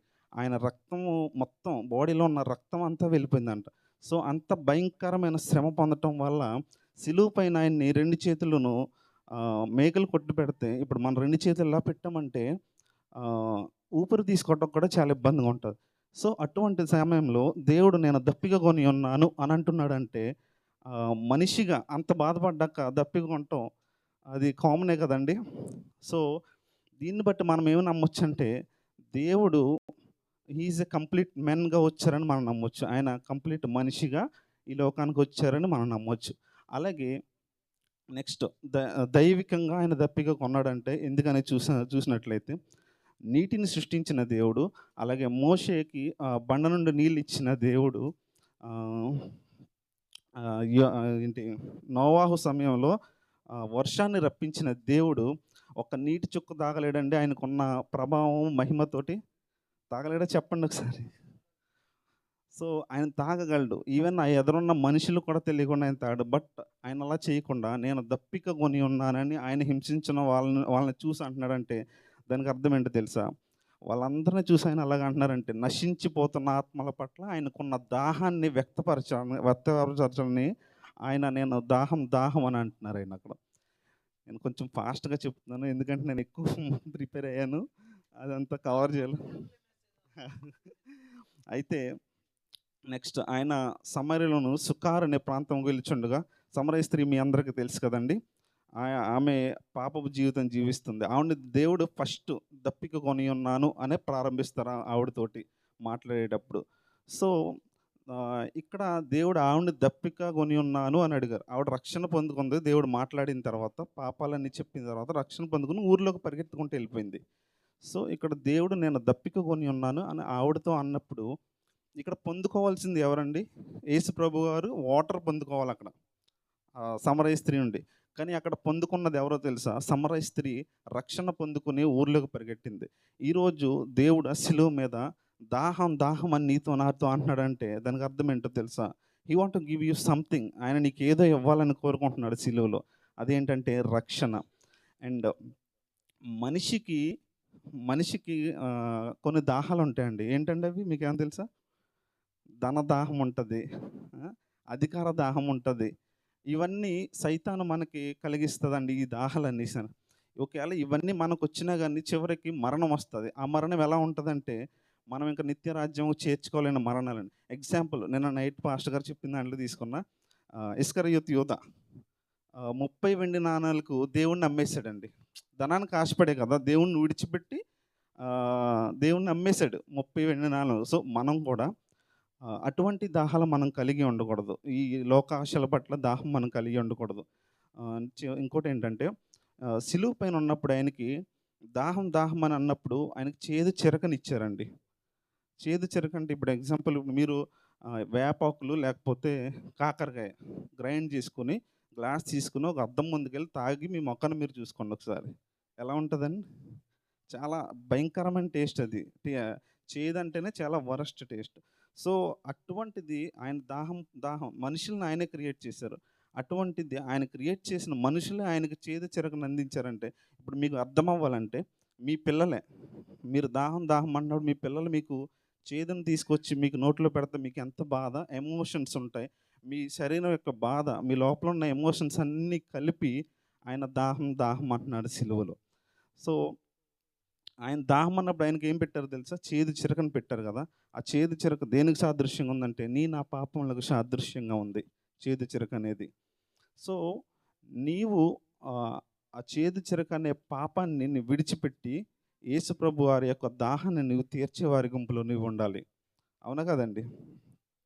అండ్ ఫైనల్గా నేను చెప్తాను ఏంటంటే ఈరోజు ఆయన ఇదే ప్లేస్లో అంటే 2000 సంవత్సరాల క్రితం కాదు, ఇదే ప్లేస్లో ఆయన సిలువ మీద వేలాడుచు దాహం అంటున్నారంటే మీలో ఎంతమంది రక్షణ పొంది ఆయన దాహం తీర్చే వాళ్ళ గుంపులో ఉన్నారు? లేకపోతే మాటకి మీరు పాపం చేసి ఆయనకి చేదు చెరకు ఇచ్చే గుంపులో ఉన్నారా? మిమ్మల్ని మీరు పరీక్షించుకొని మనము చేదు చెరకు ఇచ్చే గుంపులో కాకుండా రక్షణ పొంది ఆయన దాహం తీర్చేవారి గుంపులో ఉండటమే కాకుండా మరికొంతమందిని ఆయన దగ్గరకు నడిపించేవారి గుంపులో మనం ఉండాలని కోరుకుంటూ ఈ వాక్యాన్ని దేవుడు వినికుడిలో దీవించి ఆశీర్వదించును గాక.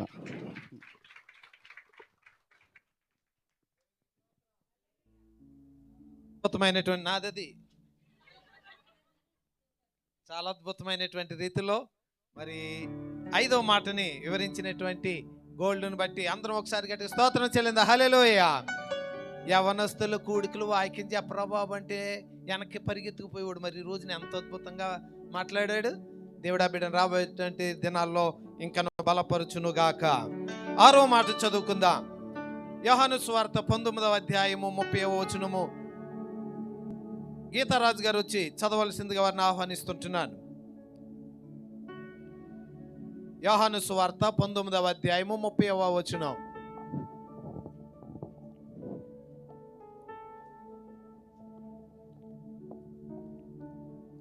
మాట యోహాను సువార్త 19వ అధ్యాయం 30వ వచనం. యేసు ఆ చిరక పుచ్చుకొని సమాప్తమైనదని చెప్పి తల వంచి ఆత్మను అప్పగించెను. దేవుడి పరిశుద్ధ వాక్యం. ఆమేన్. ప్రార్థన సహోదరి స్వప్న గారు వచ్చి జయమ్మ గారు ఎవరు చేస్తారు? రండి ఒకరు. బేబమ్మ నువ్వురా. చిన్న ప్రార్థన. అందరూ తల వంచి కళ్ళు మూసుకోండి. 6వ మాట నిమిత్తమై ప్రార్థన. సర్వనతుడ గండ మహాదేవాన్ని కొన్నాం నాయన, ప్రభత్యోతం నాయన, ఈ శుక్రవారం గడియలు ప్రభా మాకు ఇచ్చిన ఈ తరుణాన్ని బట్టి నీకు అన్నాలు చెల్లిస్తున్నాం ప్రభా. స్తోత్రంనైనా నిన్ను వివరించడానికి ప్రభా నీ బిడ్డలనైనా ఏడుగుని ఏర్పాటు చేసుకున్న వందుని బట్టి నీకు అన్నంనైనా ఏడుగురు బిడ్డలను దీవించండి, ఆశీర్వదించమని అడుగుతున్నాను ప్రభా. ఆక్సిజన్ చదువుతున్న బిడ్డలని ప్రార్థన చేసిన బిడ్డలను దీవించండి, ఆశీర్వదించండి. వారు మాటగా ప్రభా నీ కుమారుడు వివరించుండగా ఆ మాట ద్వారాగా మేము ఈని దాని ద్వారాగా గ్రహించే భాగ్యం మాకు దయచేయమని, మాకు మేము తగ్గించుకుని నిన్ను హెచ్చించే భాగ్యం మాకు దయచేస్తారని మిక్కిలి పాపని అడిగి ప్రార్థిస్తున్నాను తండ్రి. ఆమేన్.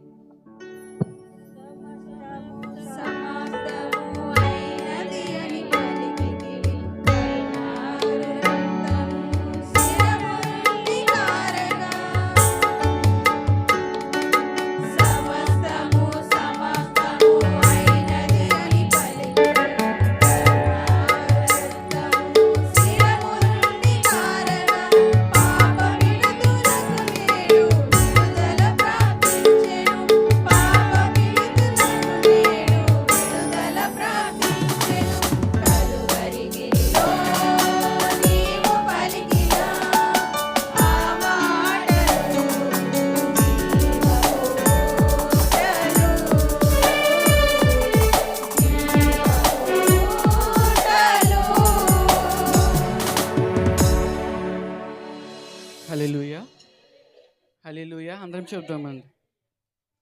ఇంతవరకు మనము 5 మాటలు ధ్యానించామండి. ఇప్పుడు 6వ మాటగా మనము ధ్యానిద్దాము. 6వ మాట చూసినట్లయితే యోహాను సువార్త 19:30లో ఇలాగ ప్రభువారు ఇలా మాట్లాడారండి. లాస్ట్గా సమాప్తమైనదని ఉంటుంది. అంటే ఇట్ ఈస్ ఫినిష్. ఫాస్ట్ గారు ఇంగ్లీష్లో చెప్తున్నారు ఇట్ ఈస్ ఫినిష్ అని. సమాప్తమైనది అని ఆయన సిలువలో పలికిన 6వ మాట. అది ఎందుకంటే ఆయన ఒక ప్రణాళికతోనే ఆయన ఈ లోకానికి వచ్చారన్నమాట. ఆయన ఊరికే రాలేదండి. ఆయన ఒక ప్రణాళిక కలిగి సమస్త పాపాల నిమిత్తం ఆయన ఒక విడుదల కలిగించడానికి ఆయన వచ్చినట్లుగా మనం చూస్తాము. ఆయన ఇంకా ఎందు నిమిత్తం అయితే ఆయన వచ్చారు అని మనం ఆయన ఏ ప్రణాళికతో వచ్చారో మనం తెలుసుకోవాలి అనుకుంటే ఇంకో వాక్య భాగం చదివి వినిపిస్తాను. లూకా సువార్త 4:16 చదివినట్లయితే నేను చదువుతానండి. తరువాత ఆయన తాను పెరిగిన నజరేతుకు వచ్చెను. తాను వాడుక చొప్పున విశ్రాంతి దినమందు సమాజ మందిరములోనికి వెళ్ళి చదువుటకై నిల్చుండగా ప్రవక్త అయిన యెషయా గ్రంథము ఆయన చేతకి ఇవ్వబడెను. ఆయన గ్రంథం విప్పగా ప్రభువు ఆత్మ నా మీద ఉన్నది, బీదలకు సువార్త ప్రకటించుటకై ఆయన నన్ను అభిషేకించెను. చెరలో నుండి వారికి విడుదలను, గుడ్డివారికి చూపును కలుగునని ప్రకటించుకొను, నలిగిన వారిని విడిపించుటకును, ప్రభువు ఇత్రావత్సరము ప్రకటించుటకును ఆయన నన్ను పంపి ఉన్నాడు. ఆయన ఏ ప్రణాళికతో వచ్చాడో ఇప్పుడు మనకు అర్థమైంది కదండి.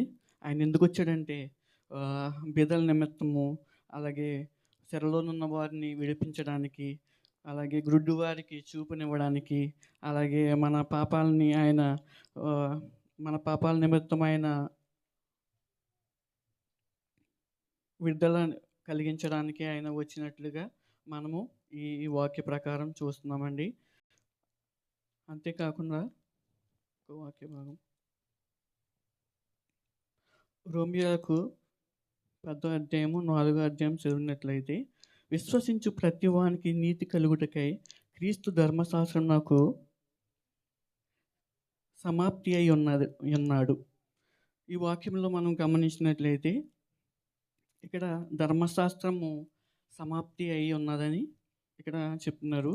అసలు ధర్మశాస్త్రం అంటే ఏంటంటే ఇంతకుముందు మనం ఏదైనా తప్పులు చేస్తే ఆ తప్పులకి బలులు అర్పించేవారు అనమాట. ఇప్పుడు ఎప్పుడైతే ఆయన సిలువలో ఈ ధర్మశాస్త్రాన్ని కూడా ఆయన సమిష్టి చేశాడనమాట. ఎందుకంటే ఈ ధర్మశాస్త్రం కొట్టివేయటం వల్ల మనకి ఇప్పుడు ఇంతకు ముందులాగా మనము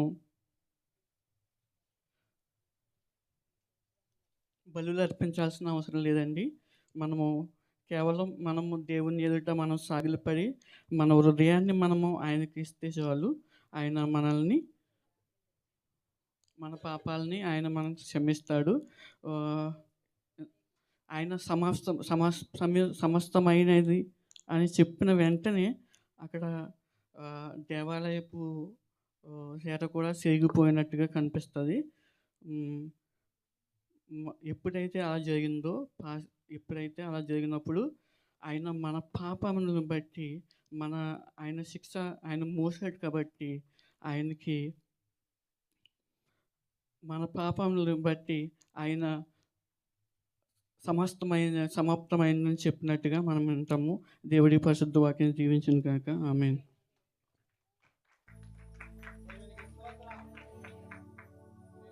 ఈ సంవత్సరము మరి యూత్ వారు చక్కగా ధైర్యంగా ముందుకు వచ్చి యేసయ్య పలికిన 7 మాటల్లో మరి యూత్ వారు చక్కగా మరి వివరిస్తూ ఉన్నారు. మరి బిడ్డలు రాబోయేటువంటి దినాల్లో ఇంకా చక్కని మరి వాక్యం ద్వారా దేవుడు వారిని బలపరచునుగాక. 5 మరియు 6వ మాట వివరించినటువంటి రమేష్ని బట్టి అందరం ఒకసారి దేవుని స్తోత్రం చెల్లిందా. హల్లెలూయా. యేసయ్య సిలువలో పలికిన చివరి మాట అయినటువంటి 7వ మాట చదువుకుందాం. లూకాసు వార్త 23వ అధ్యాయము 46వ వచనం సోదరి స్వరూప గారు వచ్చి మరి చదవలసిందిగా మనవి చేస్తున్నాను. ప్రార్థన శశిరేఖమ్మ గారు 7వ మాట చివరి మాట కొరకు ప్రార్థన శశిరేఖమ్మ గారు ప్రార్థన చేయడానికి సిద్ధంగా ఉండండి. చివరి మాటగా లూకాసు వార్త 23వ అధ్యాయము 46వ వచనం. అప్పుడు యేసు గొప్ప శబ్దంతో కేకవేసి, తండ్రి, నీ చేతికి నా ఆత్మను అప్పగించుకొనుచున్నాను నేను. ఆయన ఇలాగ చెప్పి ప్రాణము విడిచెను. చిన్న వాక్యం దేవుడు దించును గాక.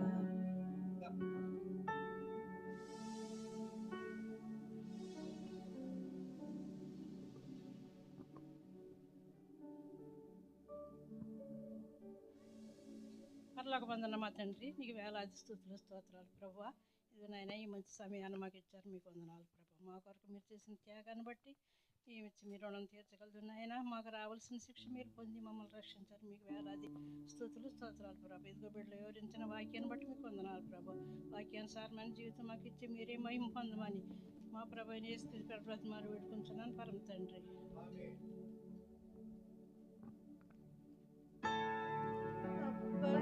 అప్పగించుచున్నాను తండ్రి నీ చేతికి నా ఆత్మను నీవుడే అనుచు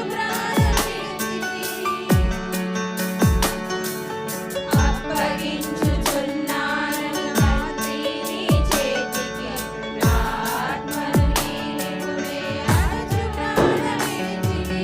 మేము మరువజాలము సిలువపై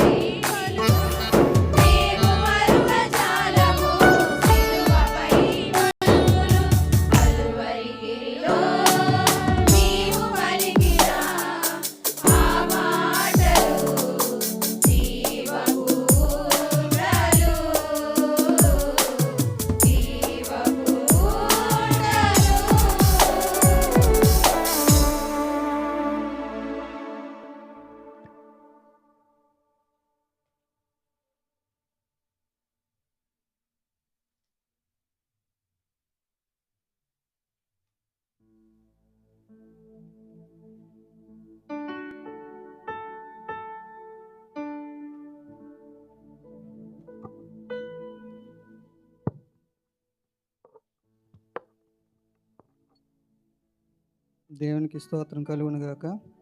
హల్లెలూయా.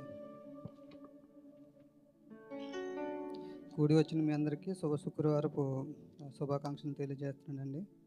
అదేవిధంగా యేసుప్రభు వారు సిలువలో పలికిన ఈ 7 మాటలు ధ్యానించడానికి సేవకులు అవకాశం ఇచ్చిన దేవునికి, సేవకునికి, సేవకురాలకి, కూడి వచ్చిన మీ అందరికీ నా హృదయపూర్వకమైన వందనాలు తెలియజేస్తున్నాను. ఆఖరి మాట యేసుక్రీస్తు వారు సిలువలో పలికిన ఆఖరి మాట లూకాసు వార్త 23వ అధ్యాయం 46వ వచనంలో ఒకసారి ధ్యానించుకుందాం. నేను చదువుతానండి. అప్పుడు యేసు గొప్ప శబ్దంతో కేకవేసి, తండ్రి, నీ చేతికి నా ఆత్మను అప్పగించుకుంటున్నాను నేను. ఆయన ఇలాగ చెప్పి ప్రాణం విడిచెను. దేవుడు తన పరిశుద్ధోక్త మనతో మాట్లాడుగాక.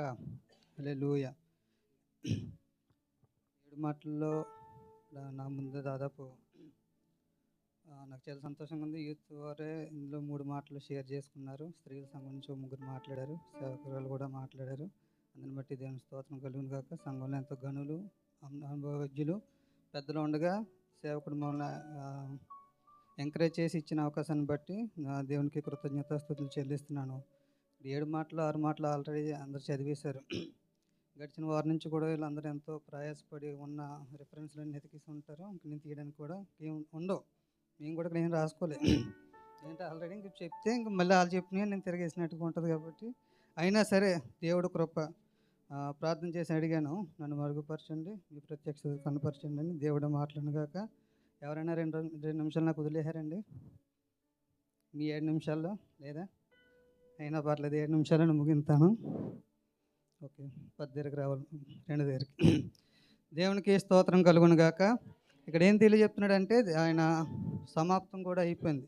ఇప్పుడు తండ్రి నీ చేతికి నా ఆత్మను అప్పచెప్పుకుంటున్నాడని యేసుక్రీస్తు వారు పలికారండి. ఆయన ఆత్మను అప్పచెప్పుకుంటున్నారంటే అక్కడ మనం తెలుసుకోవాల్సింది ఏంటంటే గొప్ప శబ్దంతో కేక వేశారు కదా. నాకు ఇక్కడ ఒక మాట ఒకటే కనిపించింది, ఆత్మను అప్పగి చెప్పుకుంటున్నానని. ఈ మాట నన్ను ఎంతో ప్రేరేపించింది. సో ఆత్మను అప్పచెప్పుకుంటున్నాను అంటే అసలు ఈ ఆత్మ ఎవరు, ఈ పరిశుద్ధాత్మ ఎవరు, లేదంటే యేసుక్రీస్తు అప్పచెప్పిన ఆత్మ ఎవరు అనేది ఒకసారి మనం జ్ఞాపకం చేసుకుంటే వీటన్నిటికి ఆన్సరు మనం ఎంతో కష్టపడక్కర్లేదు. ఆదికాండం 1వ అధ్యాయంలోనే దొరుకుతుంది. ఎవరైనా చదివితే ఆదికాండం 1వ అధ్యాయం 2వ వచనం. ఈ ఆత్మ అనే విషయం మనకి అక్కడి నుంచి కూడా ప్రారంభ దినాల నుంచి ఆదాం కన్నా ముందు నుంచి కూడా ఈ ఆత్మ అనే విషయం మనల్ని ఎంతగానో ప్రేరేపిస్తూ ఉంటుంది.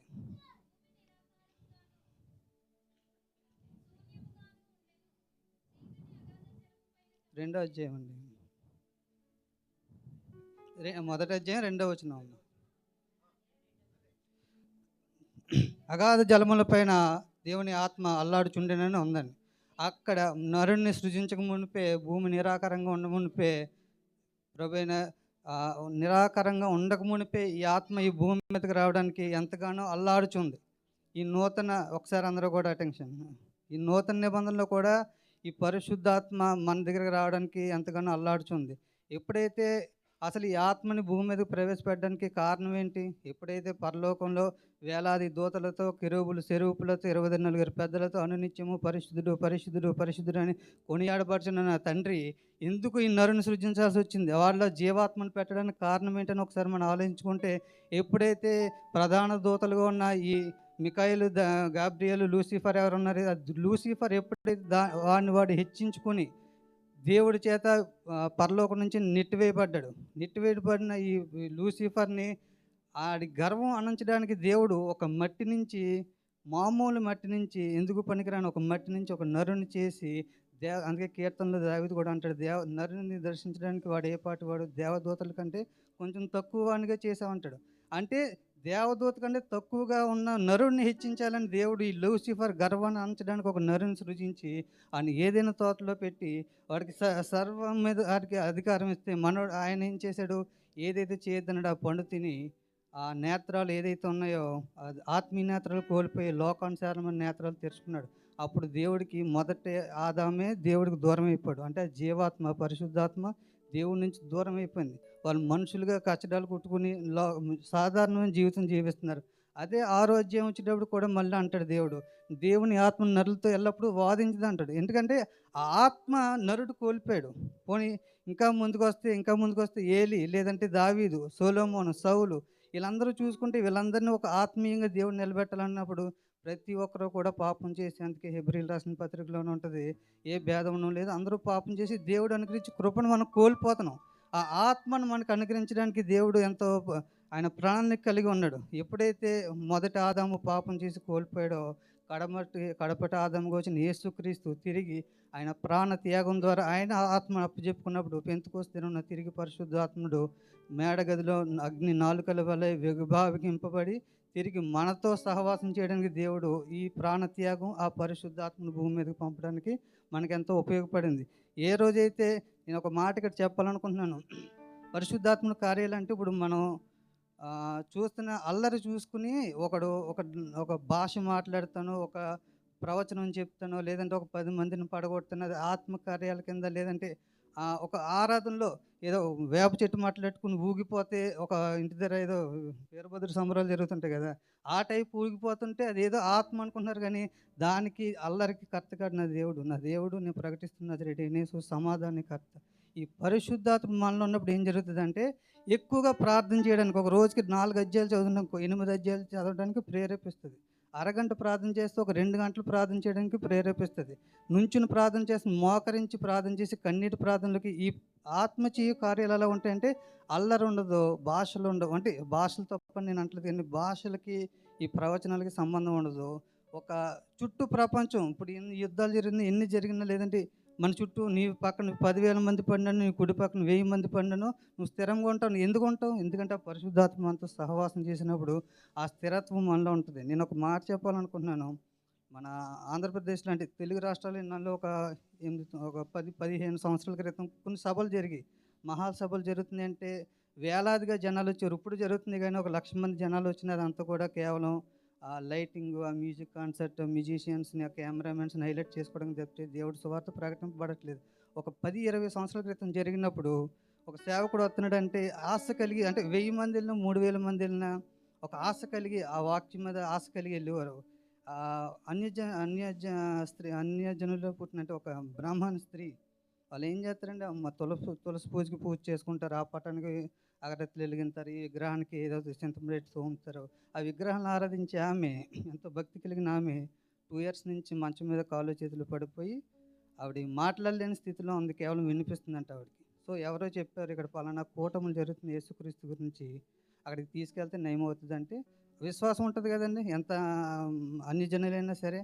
ఆమెను తీసుకొచ్చి ఆ ఎదర స్టేజ్ మీద తీసుకెళ్ళడానికి బంధువులు సిగ్గుపడి అంటే క్రైస్తవ మీటింగ్లో మనం వెళ్ళడం ఏంటని వెనకాల ఎక్కడో మంచం మీద వదిలేసి వెళ్ళిపోయారంట.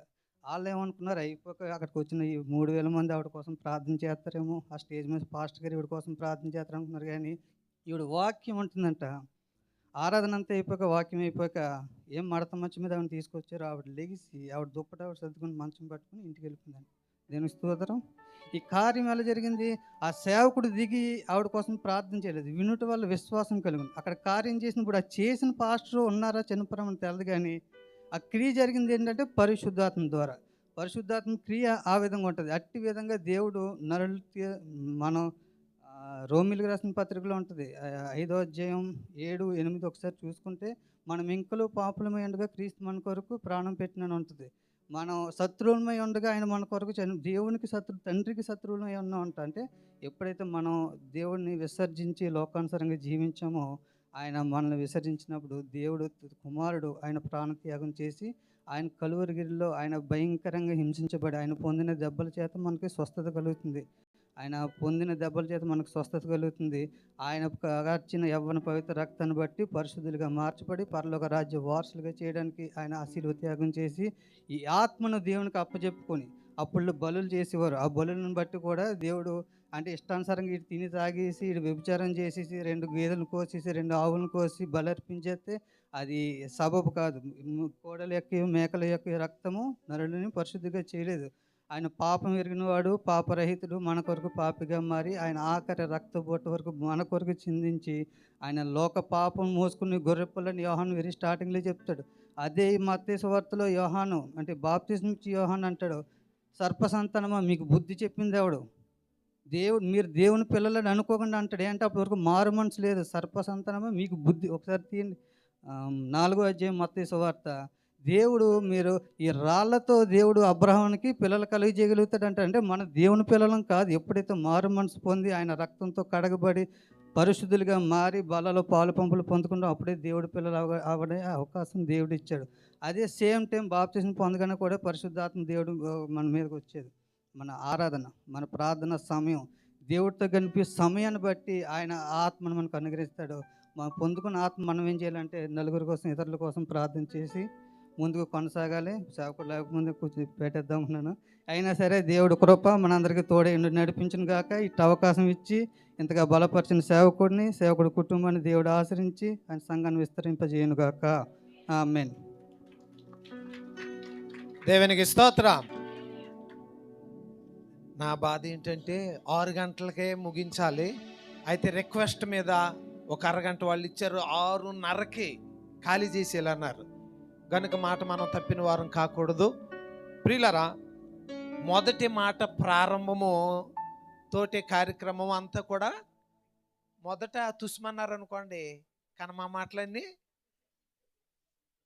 కానీ అద్భుతంగా మొదటి మాటతో ప్రారంభించబడి అందరూ కూడా అదే స్థాయిలో చక్కగా మాట్లాడారు.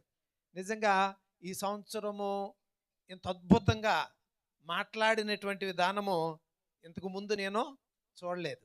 మరి అలాగ నా రాబోయేటువంటి దినాల్లో కూడా మరి ఇంకా అద్భుతమైన రీతిలో ప్రభువు బిడ్డల్ని నడిపించునుగాక.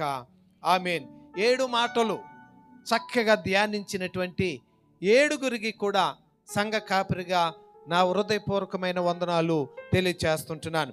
ఈ సమయంలో నవ్య గ్రేస్ గారు ఒక ప్రత్యేకమైనటువంటి పాట పాడుతుంటుండగా మరి ఈ యొక్క గుడ్ ఫ్రైడే దినాన్ని దేవునికి మనము మరి కానుకలు మనం సమర్పిందాం. ప్రభు యొక్క పరిచర్య కొరకై కానుకలు సమర్పిందాం. ఎందుకంటే ఇక కృతజ్ఞత కానుకలన్నీ కూడా అండి ఈస్టర్ దినాన్ని మనం సమర్పించటం జరుగుతుంది. ఈరోజు సాధారణమైనటువంటి మరి కానుకలు మరి సమర్పించవలసిందిగా మరి మనం చేస్తుంటున్నాను. ఒకవేళ కృతజ్ఞత కూడా చెల్లించాలనుకుంటే 2 కూడా ఆ యొక్క కానుకల బ్యాగులు మీరు సమర్పించండి.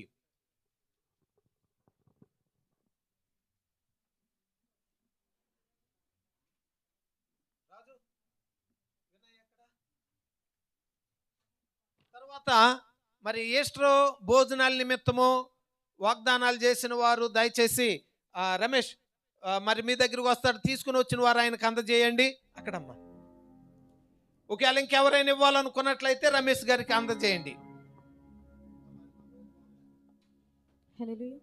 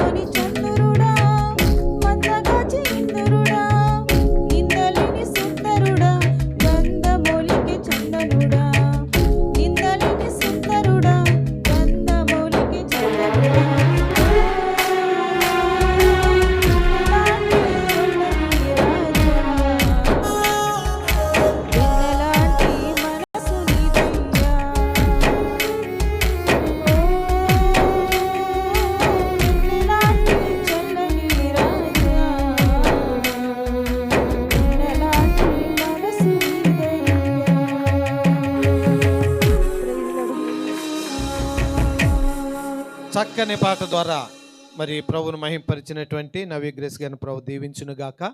సమర్పింపబడిన కానుకల కొరకే ప్రార్థన. మరి ఈ సమయంలో సహోదరులు ప్రీతం గారు వచ్చి మరి ప్రార్థించవలసింది వారిని ఆహ్వానిస్తుంటున్నాను. ఈరోజు రాత్రి మరి పిల్లలతో వారు ఇండియా ప్రయాణం చేయబోతున్నారు 2 వీక్స్కి.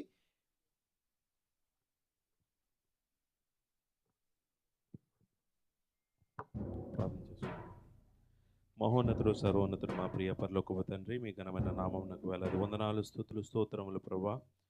ఇదిగో నాయన ప్రభా, జరుగుతున్న ఎన్నో పరిస్థితుల నుంచి ప్రభా నాయన వాటినంటిని దాటించి ప్రభా నాయన మరి ఒకసారి మీరు సిలువలో చేసిన కార్యక్రమం గురించి ప్రభా నాయన ఆ గొప్ప కార్యాల గురించి ప్రభా మేము ధ్యానించుకుంటూ ఇదిగో నాయన మా జీవితంలో మరి ఈ చివరి దినాలలో ప్రభా ఎలాంటి మార్పులు మాలో కావాలో నాయన మరి ఒకసారి మమ్మల్ని మేము జ్ఞాపకం చేసుకుంటూ వాటిని జ్ఞానించుకుంటూ ప్రభా నాయన మీరు మాకు ఇచ్చిన ఈ గొప్ప ధన్యతను బట్టి వందనాలు ప్రభా.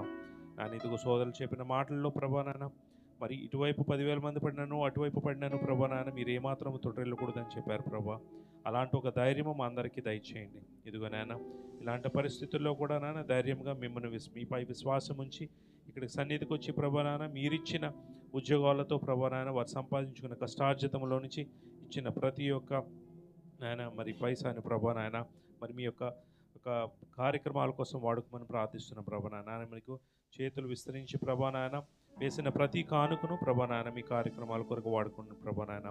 నేను మమ్మల్ని ఆశీర్వదించి దీవించి మీరు మాకు ఇచ్చినటువంటి మరికొన్ని దినాల ప్రభా నాయన మిమ్మల్ని ప్రభా నాయన ఎంతో ఇష్టముగా ప్రేమిస్తూ మీపై ఆధారపడి బ్రతికే బిడ్డలుగా మమ్మల్ని ఉంచమని వేడుకుంటూ చేస్తున్న చిన్ని ప్రార్థనలకించి మా అందరిపై మీ దీవెన ఉంచమని నజరేయుడైన యేసు నామమున ప్రార్థిస్తున్నాం తండ్రి, ఆమేన్.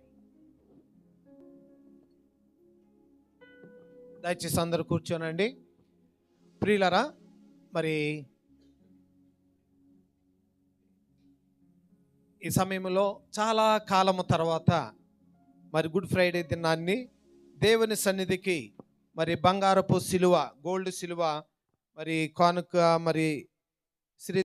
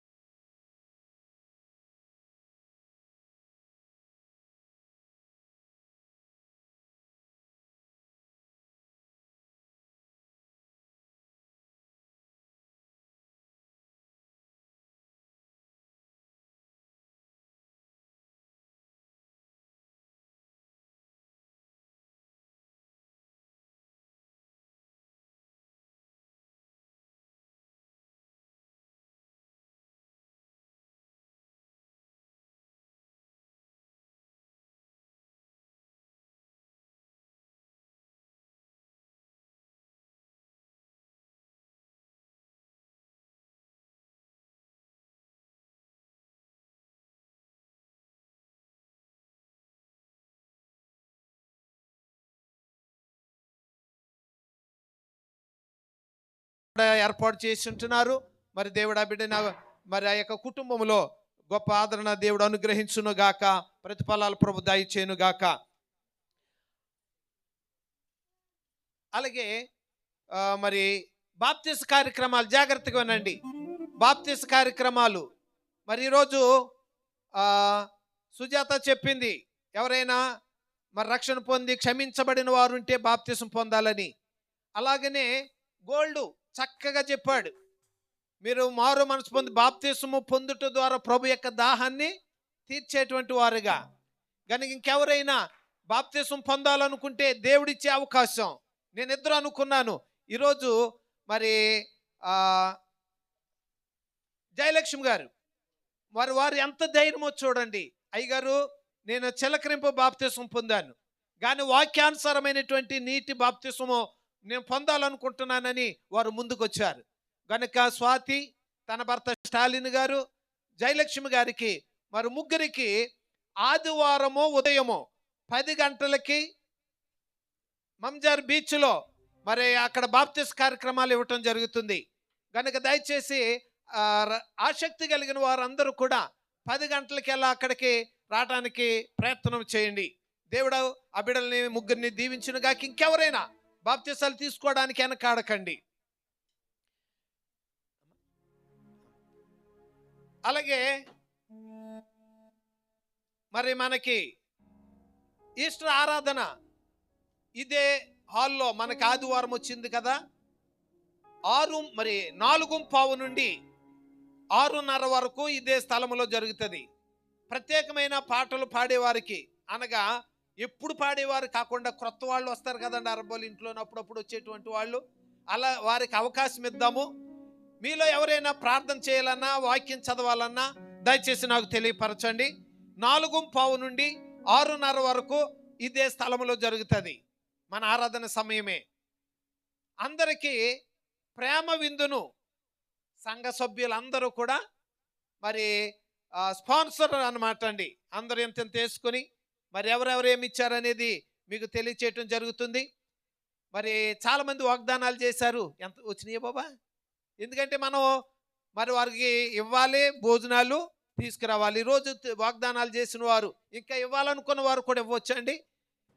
ఈరోజు తీసుకురానటువంటి వారు దయచేసి ఆదివారమైనా మీరు అందజేస్తే వారికి అందజేయటానికి మనకు అవకాశం ఉంటుంది. ఈ విషయంలో గమనించండి. మరి ప్రీతం గారి యొక్క పిల్లలతో వారు ఇండియా ప్రయాణం చేయబోతున్నారు. వారి ప్రయాణం కొరకు ప్రార్థించండి. ప్రియులారా, మరి బార్దుబాయ్ నుండి, కరామా నుండి వచ్చేటువంటి వారికి ప్రతి వారము మరి బస్సు వస్తుంది. మీరు బస్సులో వస్తున్నారు, బస్సులో వెళ్తున్నారంటే మరి బస్సుకి ఎన్ని డబ్బులు అవుతున్నాయి? అవన్నిటిని కూడా ప్రతి నెల కాశీ గారు స్పాన్సర్ చేస్తూ ఉన్నారు. మరి గమనించండి, బస్సు నిండుగా రావాలి జనం. మరి కాశీ గారు చేస్తున్న ఉద్యోగాన్ని వారి కుటుంబాన్ని ప్రభు దీవించగాక. అంతేకాదు, సభ్యత్వం ఎవరు కట్టినా కట్టకపోయినా వారు రెగ్యులర్గా కడుతున్నారు. అంతేకాదు, ఈ కార్యక్రమాలు ఎవరైనా వాగ్దానాలు చేస్తున్నప్పుడు అందరి మీద కూడా వారి చెయ్య పైన ఉంటుంది. అలాగని వారు వలె మిగిలిన వారు కూడా ముందుకు రావాలని ప్రభు పేరిట మనవి చేస్తుంటున్నాను. ఈ సమయంలో అందరూ లేచి నిలబడినట్లయితే ప్రార్థన. అమ్మా, అందరికీ వందనాలండి. మరి ఇప్పుడు సిలువ ద్వారా వచ్చిన డబ్బులు మరి పాస్టర్ గారికి అందజేయాలని నేను కోరుకుంటున్నాను. మరి శ్రీదేవమ్మ గారిని ప్రభు దీవించగాక. సేవకుడి మీద ఉన్నటువంటి ప్రేమ చొప్పున మరి ఆ యొక్క సిలువ నిమిత్తం వచ్చేటువంటి కానుకలు సేవకుడికి ఇవ్వాలని వారిని దేవుడు దీవించి ఆశీర్వదించును గాక. ప్రియులారా, మరి ఇక్కడ పలహారాలు పంచి పెడతారు. దయచేసి మనకి మధ్యన ఇక్కడ హాల్ ఉంది కదండి, కిందకి ఎవరు వెళ్ళకండి. కాఫీలు ఇక్కడే తాగి ఇక్కడే తిని కిందకి వెళ్ళిన తర్వాత ఎవరికి వాళ్ళు త్వరగా వెళ్ళిపోండి. ఎవరు కూడా బయట గుంపులుగా ఉండొద్దు, మాట్లాడొద్దు. ఎందుకంటే ఈరోజు మనము ఇలాగ ఆరాధన చేసుకునే అవకాశాన్ని దేవుడు మనకిచ్చాడు. హోలీ ట్రీట్ చర్చిలో కానీ, మరి సెంట్ మేరీస్లో కానీ, జబలాలి చర్చి కంపౌండ్లో కానీ ఎవరికి ఆరాధన చేసుకునే అవకాశము లేదు. కనుక మనం ఎవరికి మరి గుంపులుగా కనపడొద్దు. కనుక అందరూ కూడా ఇక్కడ పలహారాలు తినేసి టీలు తాగి మనం ఎవరు మట్టుకు వారు వెళ్ళిపోదాం. దయచేసి అందరూ లేచినట్లయితే ప్రార్థన ఆశీర్వాదంతో ముగించుకుందాం. ప్రత్యేకమైన ప్రార్థనలు నేను హాల్లో చేస్తాను బయట. దయగలిగిన మా తండ్రి, ప్రేమ కలిగిన ప్రభువా, మీ ఉన్నతమైన శ్రేష్టమైన నామమును కొందనాలు తండ్రి. సర్వలోకములో మానవాళి అందరి పాపముల నిమిత్తమై కలువరి సిలువలో మా ప్రభు మీరు సిలువ వేయబడి సిలువలో పలికినటువంటి పవిత్రమైన 7 మాటలు 7 ద్వారా మీరు మాకు బయలుపరిచిన దాన్ని బట్టి వందనాలు. ఎందరైతే ప్రభువా యొక్క మాటలు శ్రద్ధగా విన్నారో వారు క్షమించే గుణము దయచేయండి. సిలువలో దొంగ రక్షణ పొందిన రీతిగా ఇంకెవరైతే రక్షణ పొందలేదో వారు రక్షణ పొందడాన్ని కృప దయచేయండి తండ్రి. మరి ఇక్కడ తల వంచిన ప్రతి వారిని పేరుని మీరు దీవించండి. యేసు వలె మేము నడుచుకునేటువంటి భాగ్యం మాకు దయచేయండి. ఈరోజు చర్చ రెంట నిమిత్తము స్పాన్సర్ చేసినటువంటి సుశీల గారు, జయలక్ష్మి గారిని మీరు దీవించండి. పలహారాలు సిద్ధపరిచిన వినయ్ గారి కుటుంబాన్ని, చెన్నమేరి గారి యొక్క కుటుంబాన్ని దీవించి ఆశీర్వదించండి. అలాగేనైనా ఈ కార్యక్రమాలన్నిటి నిమిత్తము పాంప్లెట్స్లన్నిటిని కూడా సిద్ధపరిచేటువంటి జేమిస్ గారు వారి కుటుంబాన్ని దీవించి ఆశీర్వదించండి. అలాగే మా ప్రభువా మరి ఈ యొక్క సంఘము పట్ల ఆరాధనకు వచ్చేటువంటి వారందరూ రావడానికి మరి బస్సు విషయంలో స్పాన్సర్ చేస్తున్న కాశీ గారిని వారి కుటుంబాన్ని దీవించండి. ఇక్కడ తల వంచిన ప్రతి ఒక్కొక్కరిని పేరున మీరు దీవించండి. ఈ 40 దినాల సిలువ ధ్యానాల ద్వారా లేక ఈ 40 దినాల్లో ప్రార్థనల ద్వారా అంతిమ విజయము రేపు ఈస్టర్ దినాన్ని ప్రభువా మీరు ఇవ్వబోతూ ఉన్నారు. ఎవరెవరికి ఏది ఇవ్వబోతున్నారో అది పొందుకోవడానికి ప్రార్థనాపూర్వకంగా ఈస్టర్ దినాన్ని అందరూ నీ సన్నిధికి వచ్చి నీవు అనుగ్రహించేటువంటి అద్భుతాలు పొందుకునే కృప ప్రతి ఒక్కరికి దయచేయమని మమ్మల్ని అందరినీ కృపాస్తాలకు సమర్పించుకుంటూ యేసు నామమున ప్రార్థించడి వేడుకొంచున్నాం పరమ తండ్రి. ఆమేన్. తండ్రి అయిన దేవుని ప్రేమ, కుమారుడైన యేసుక్రీస్తు వారికి దివ్య కృప, పరిశుద్ధాత్మని యొక్క అన్యోన్య సహవాసము కూడినటువంటి మనందరకు సదా తోడైండి నడిపించుదురుగాక. ఆమేన్, ఆమేన్, ఆమేన్. అందరికి వందనాలు. యవనస్తులు త్వరగా పలహారాలు ఇచ్చేసేయండి.